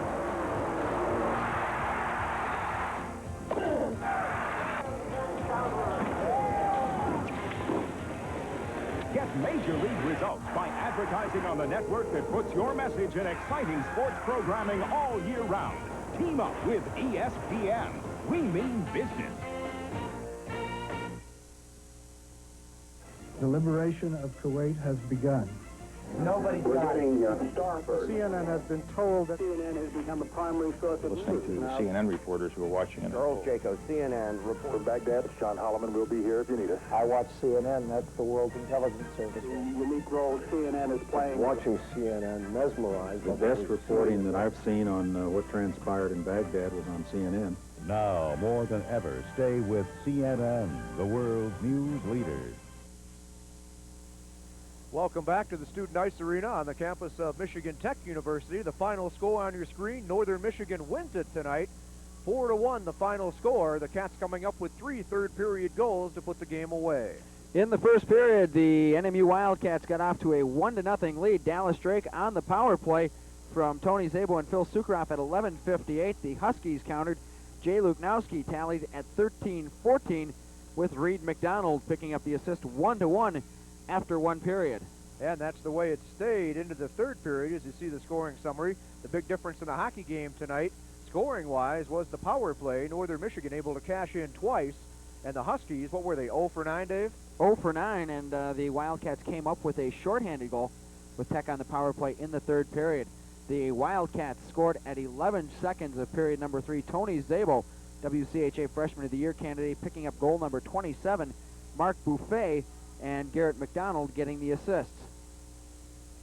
Then at 2:47, Scott Beatty got his 36th of the year, kept his scoring string alive at 21 games, as Hiller and Warenka picked up assists at 2:47 on the power play for the Wildcats. It almost looked like Scott Beatty hung onto this puck a little too long, and he recovered at the last moment, being checked and beat Sargent. The assist on the Beatty goal by Warenka moves him into a tie for most points scored by a defenseman in a season at Northern Michigan, tied with Don Waddell, and that's another record that Brad can break tomorrow night in the rematch on Saturday. Daryl Plandowski became the 9th Wildcat this season to score a shorthanded goal at 8:11. Wrapping it up, Dean Antos picking up the assist, and Daryl took the puck away from Joff Sargent and got around and flipped it up over Sargent as he tried to dive and knock it off the stick of the Wildcat forward, and that gave us our final score of 4-1, that coming at 8:11 of period number 3. Saves in the game for Billy Pye, 10 in the first, 2 in the second, 5 in the third, total of 17. Joff Sargent saw a lot of rubber come his way, 15, 15, and 11. 27 penalties, 15 on the Wildcats, and 12 on the Huskies. A key there, 3 misconducts. Mike Hosworth getting 1 for the Wildcats. Steve Carpenter, and for the Huskies, Randy Lewis will not be back tomorrow. They were thrown out of the game for fighting early in the first period. Well, you know, the big turning point of the hockey game, 1-1 going into the third period. The quick goal by Tony Szabo on the nifty setup by Buffet. You can't fault Sargent on that one. Later on in the hockey game, he made perhaps one of his only mistake of the night, giving up the puck, and Plandowski getting the shorthanded effort that iced things off for Northern Michigan. The rematch Saturday night in Marquette, Michigan. It'll be senior night at Lakeview Arena. Come early, make sure you get there before the lights go down. It'll be a big crowd, and Northern Michigan has the opportunity, if they beat the Huskies on Saturday night, of wrapping up their first ever WCHA title. We'll be there. Hope to see you there, too. For Dave Dennis, I'm Tom McCord. Once again, the final score, Northern Michigan 4 and Michigan Tech 1. We'll see you next time on Channel 8.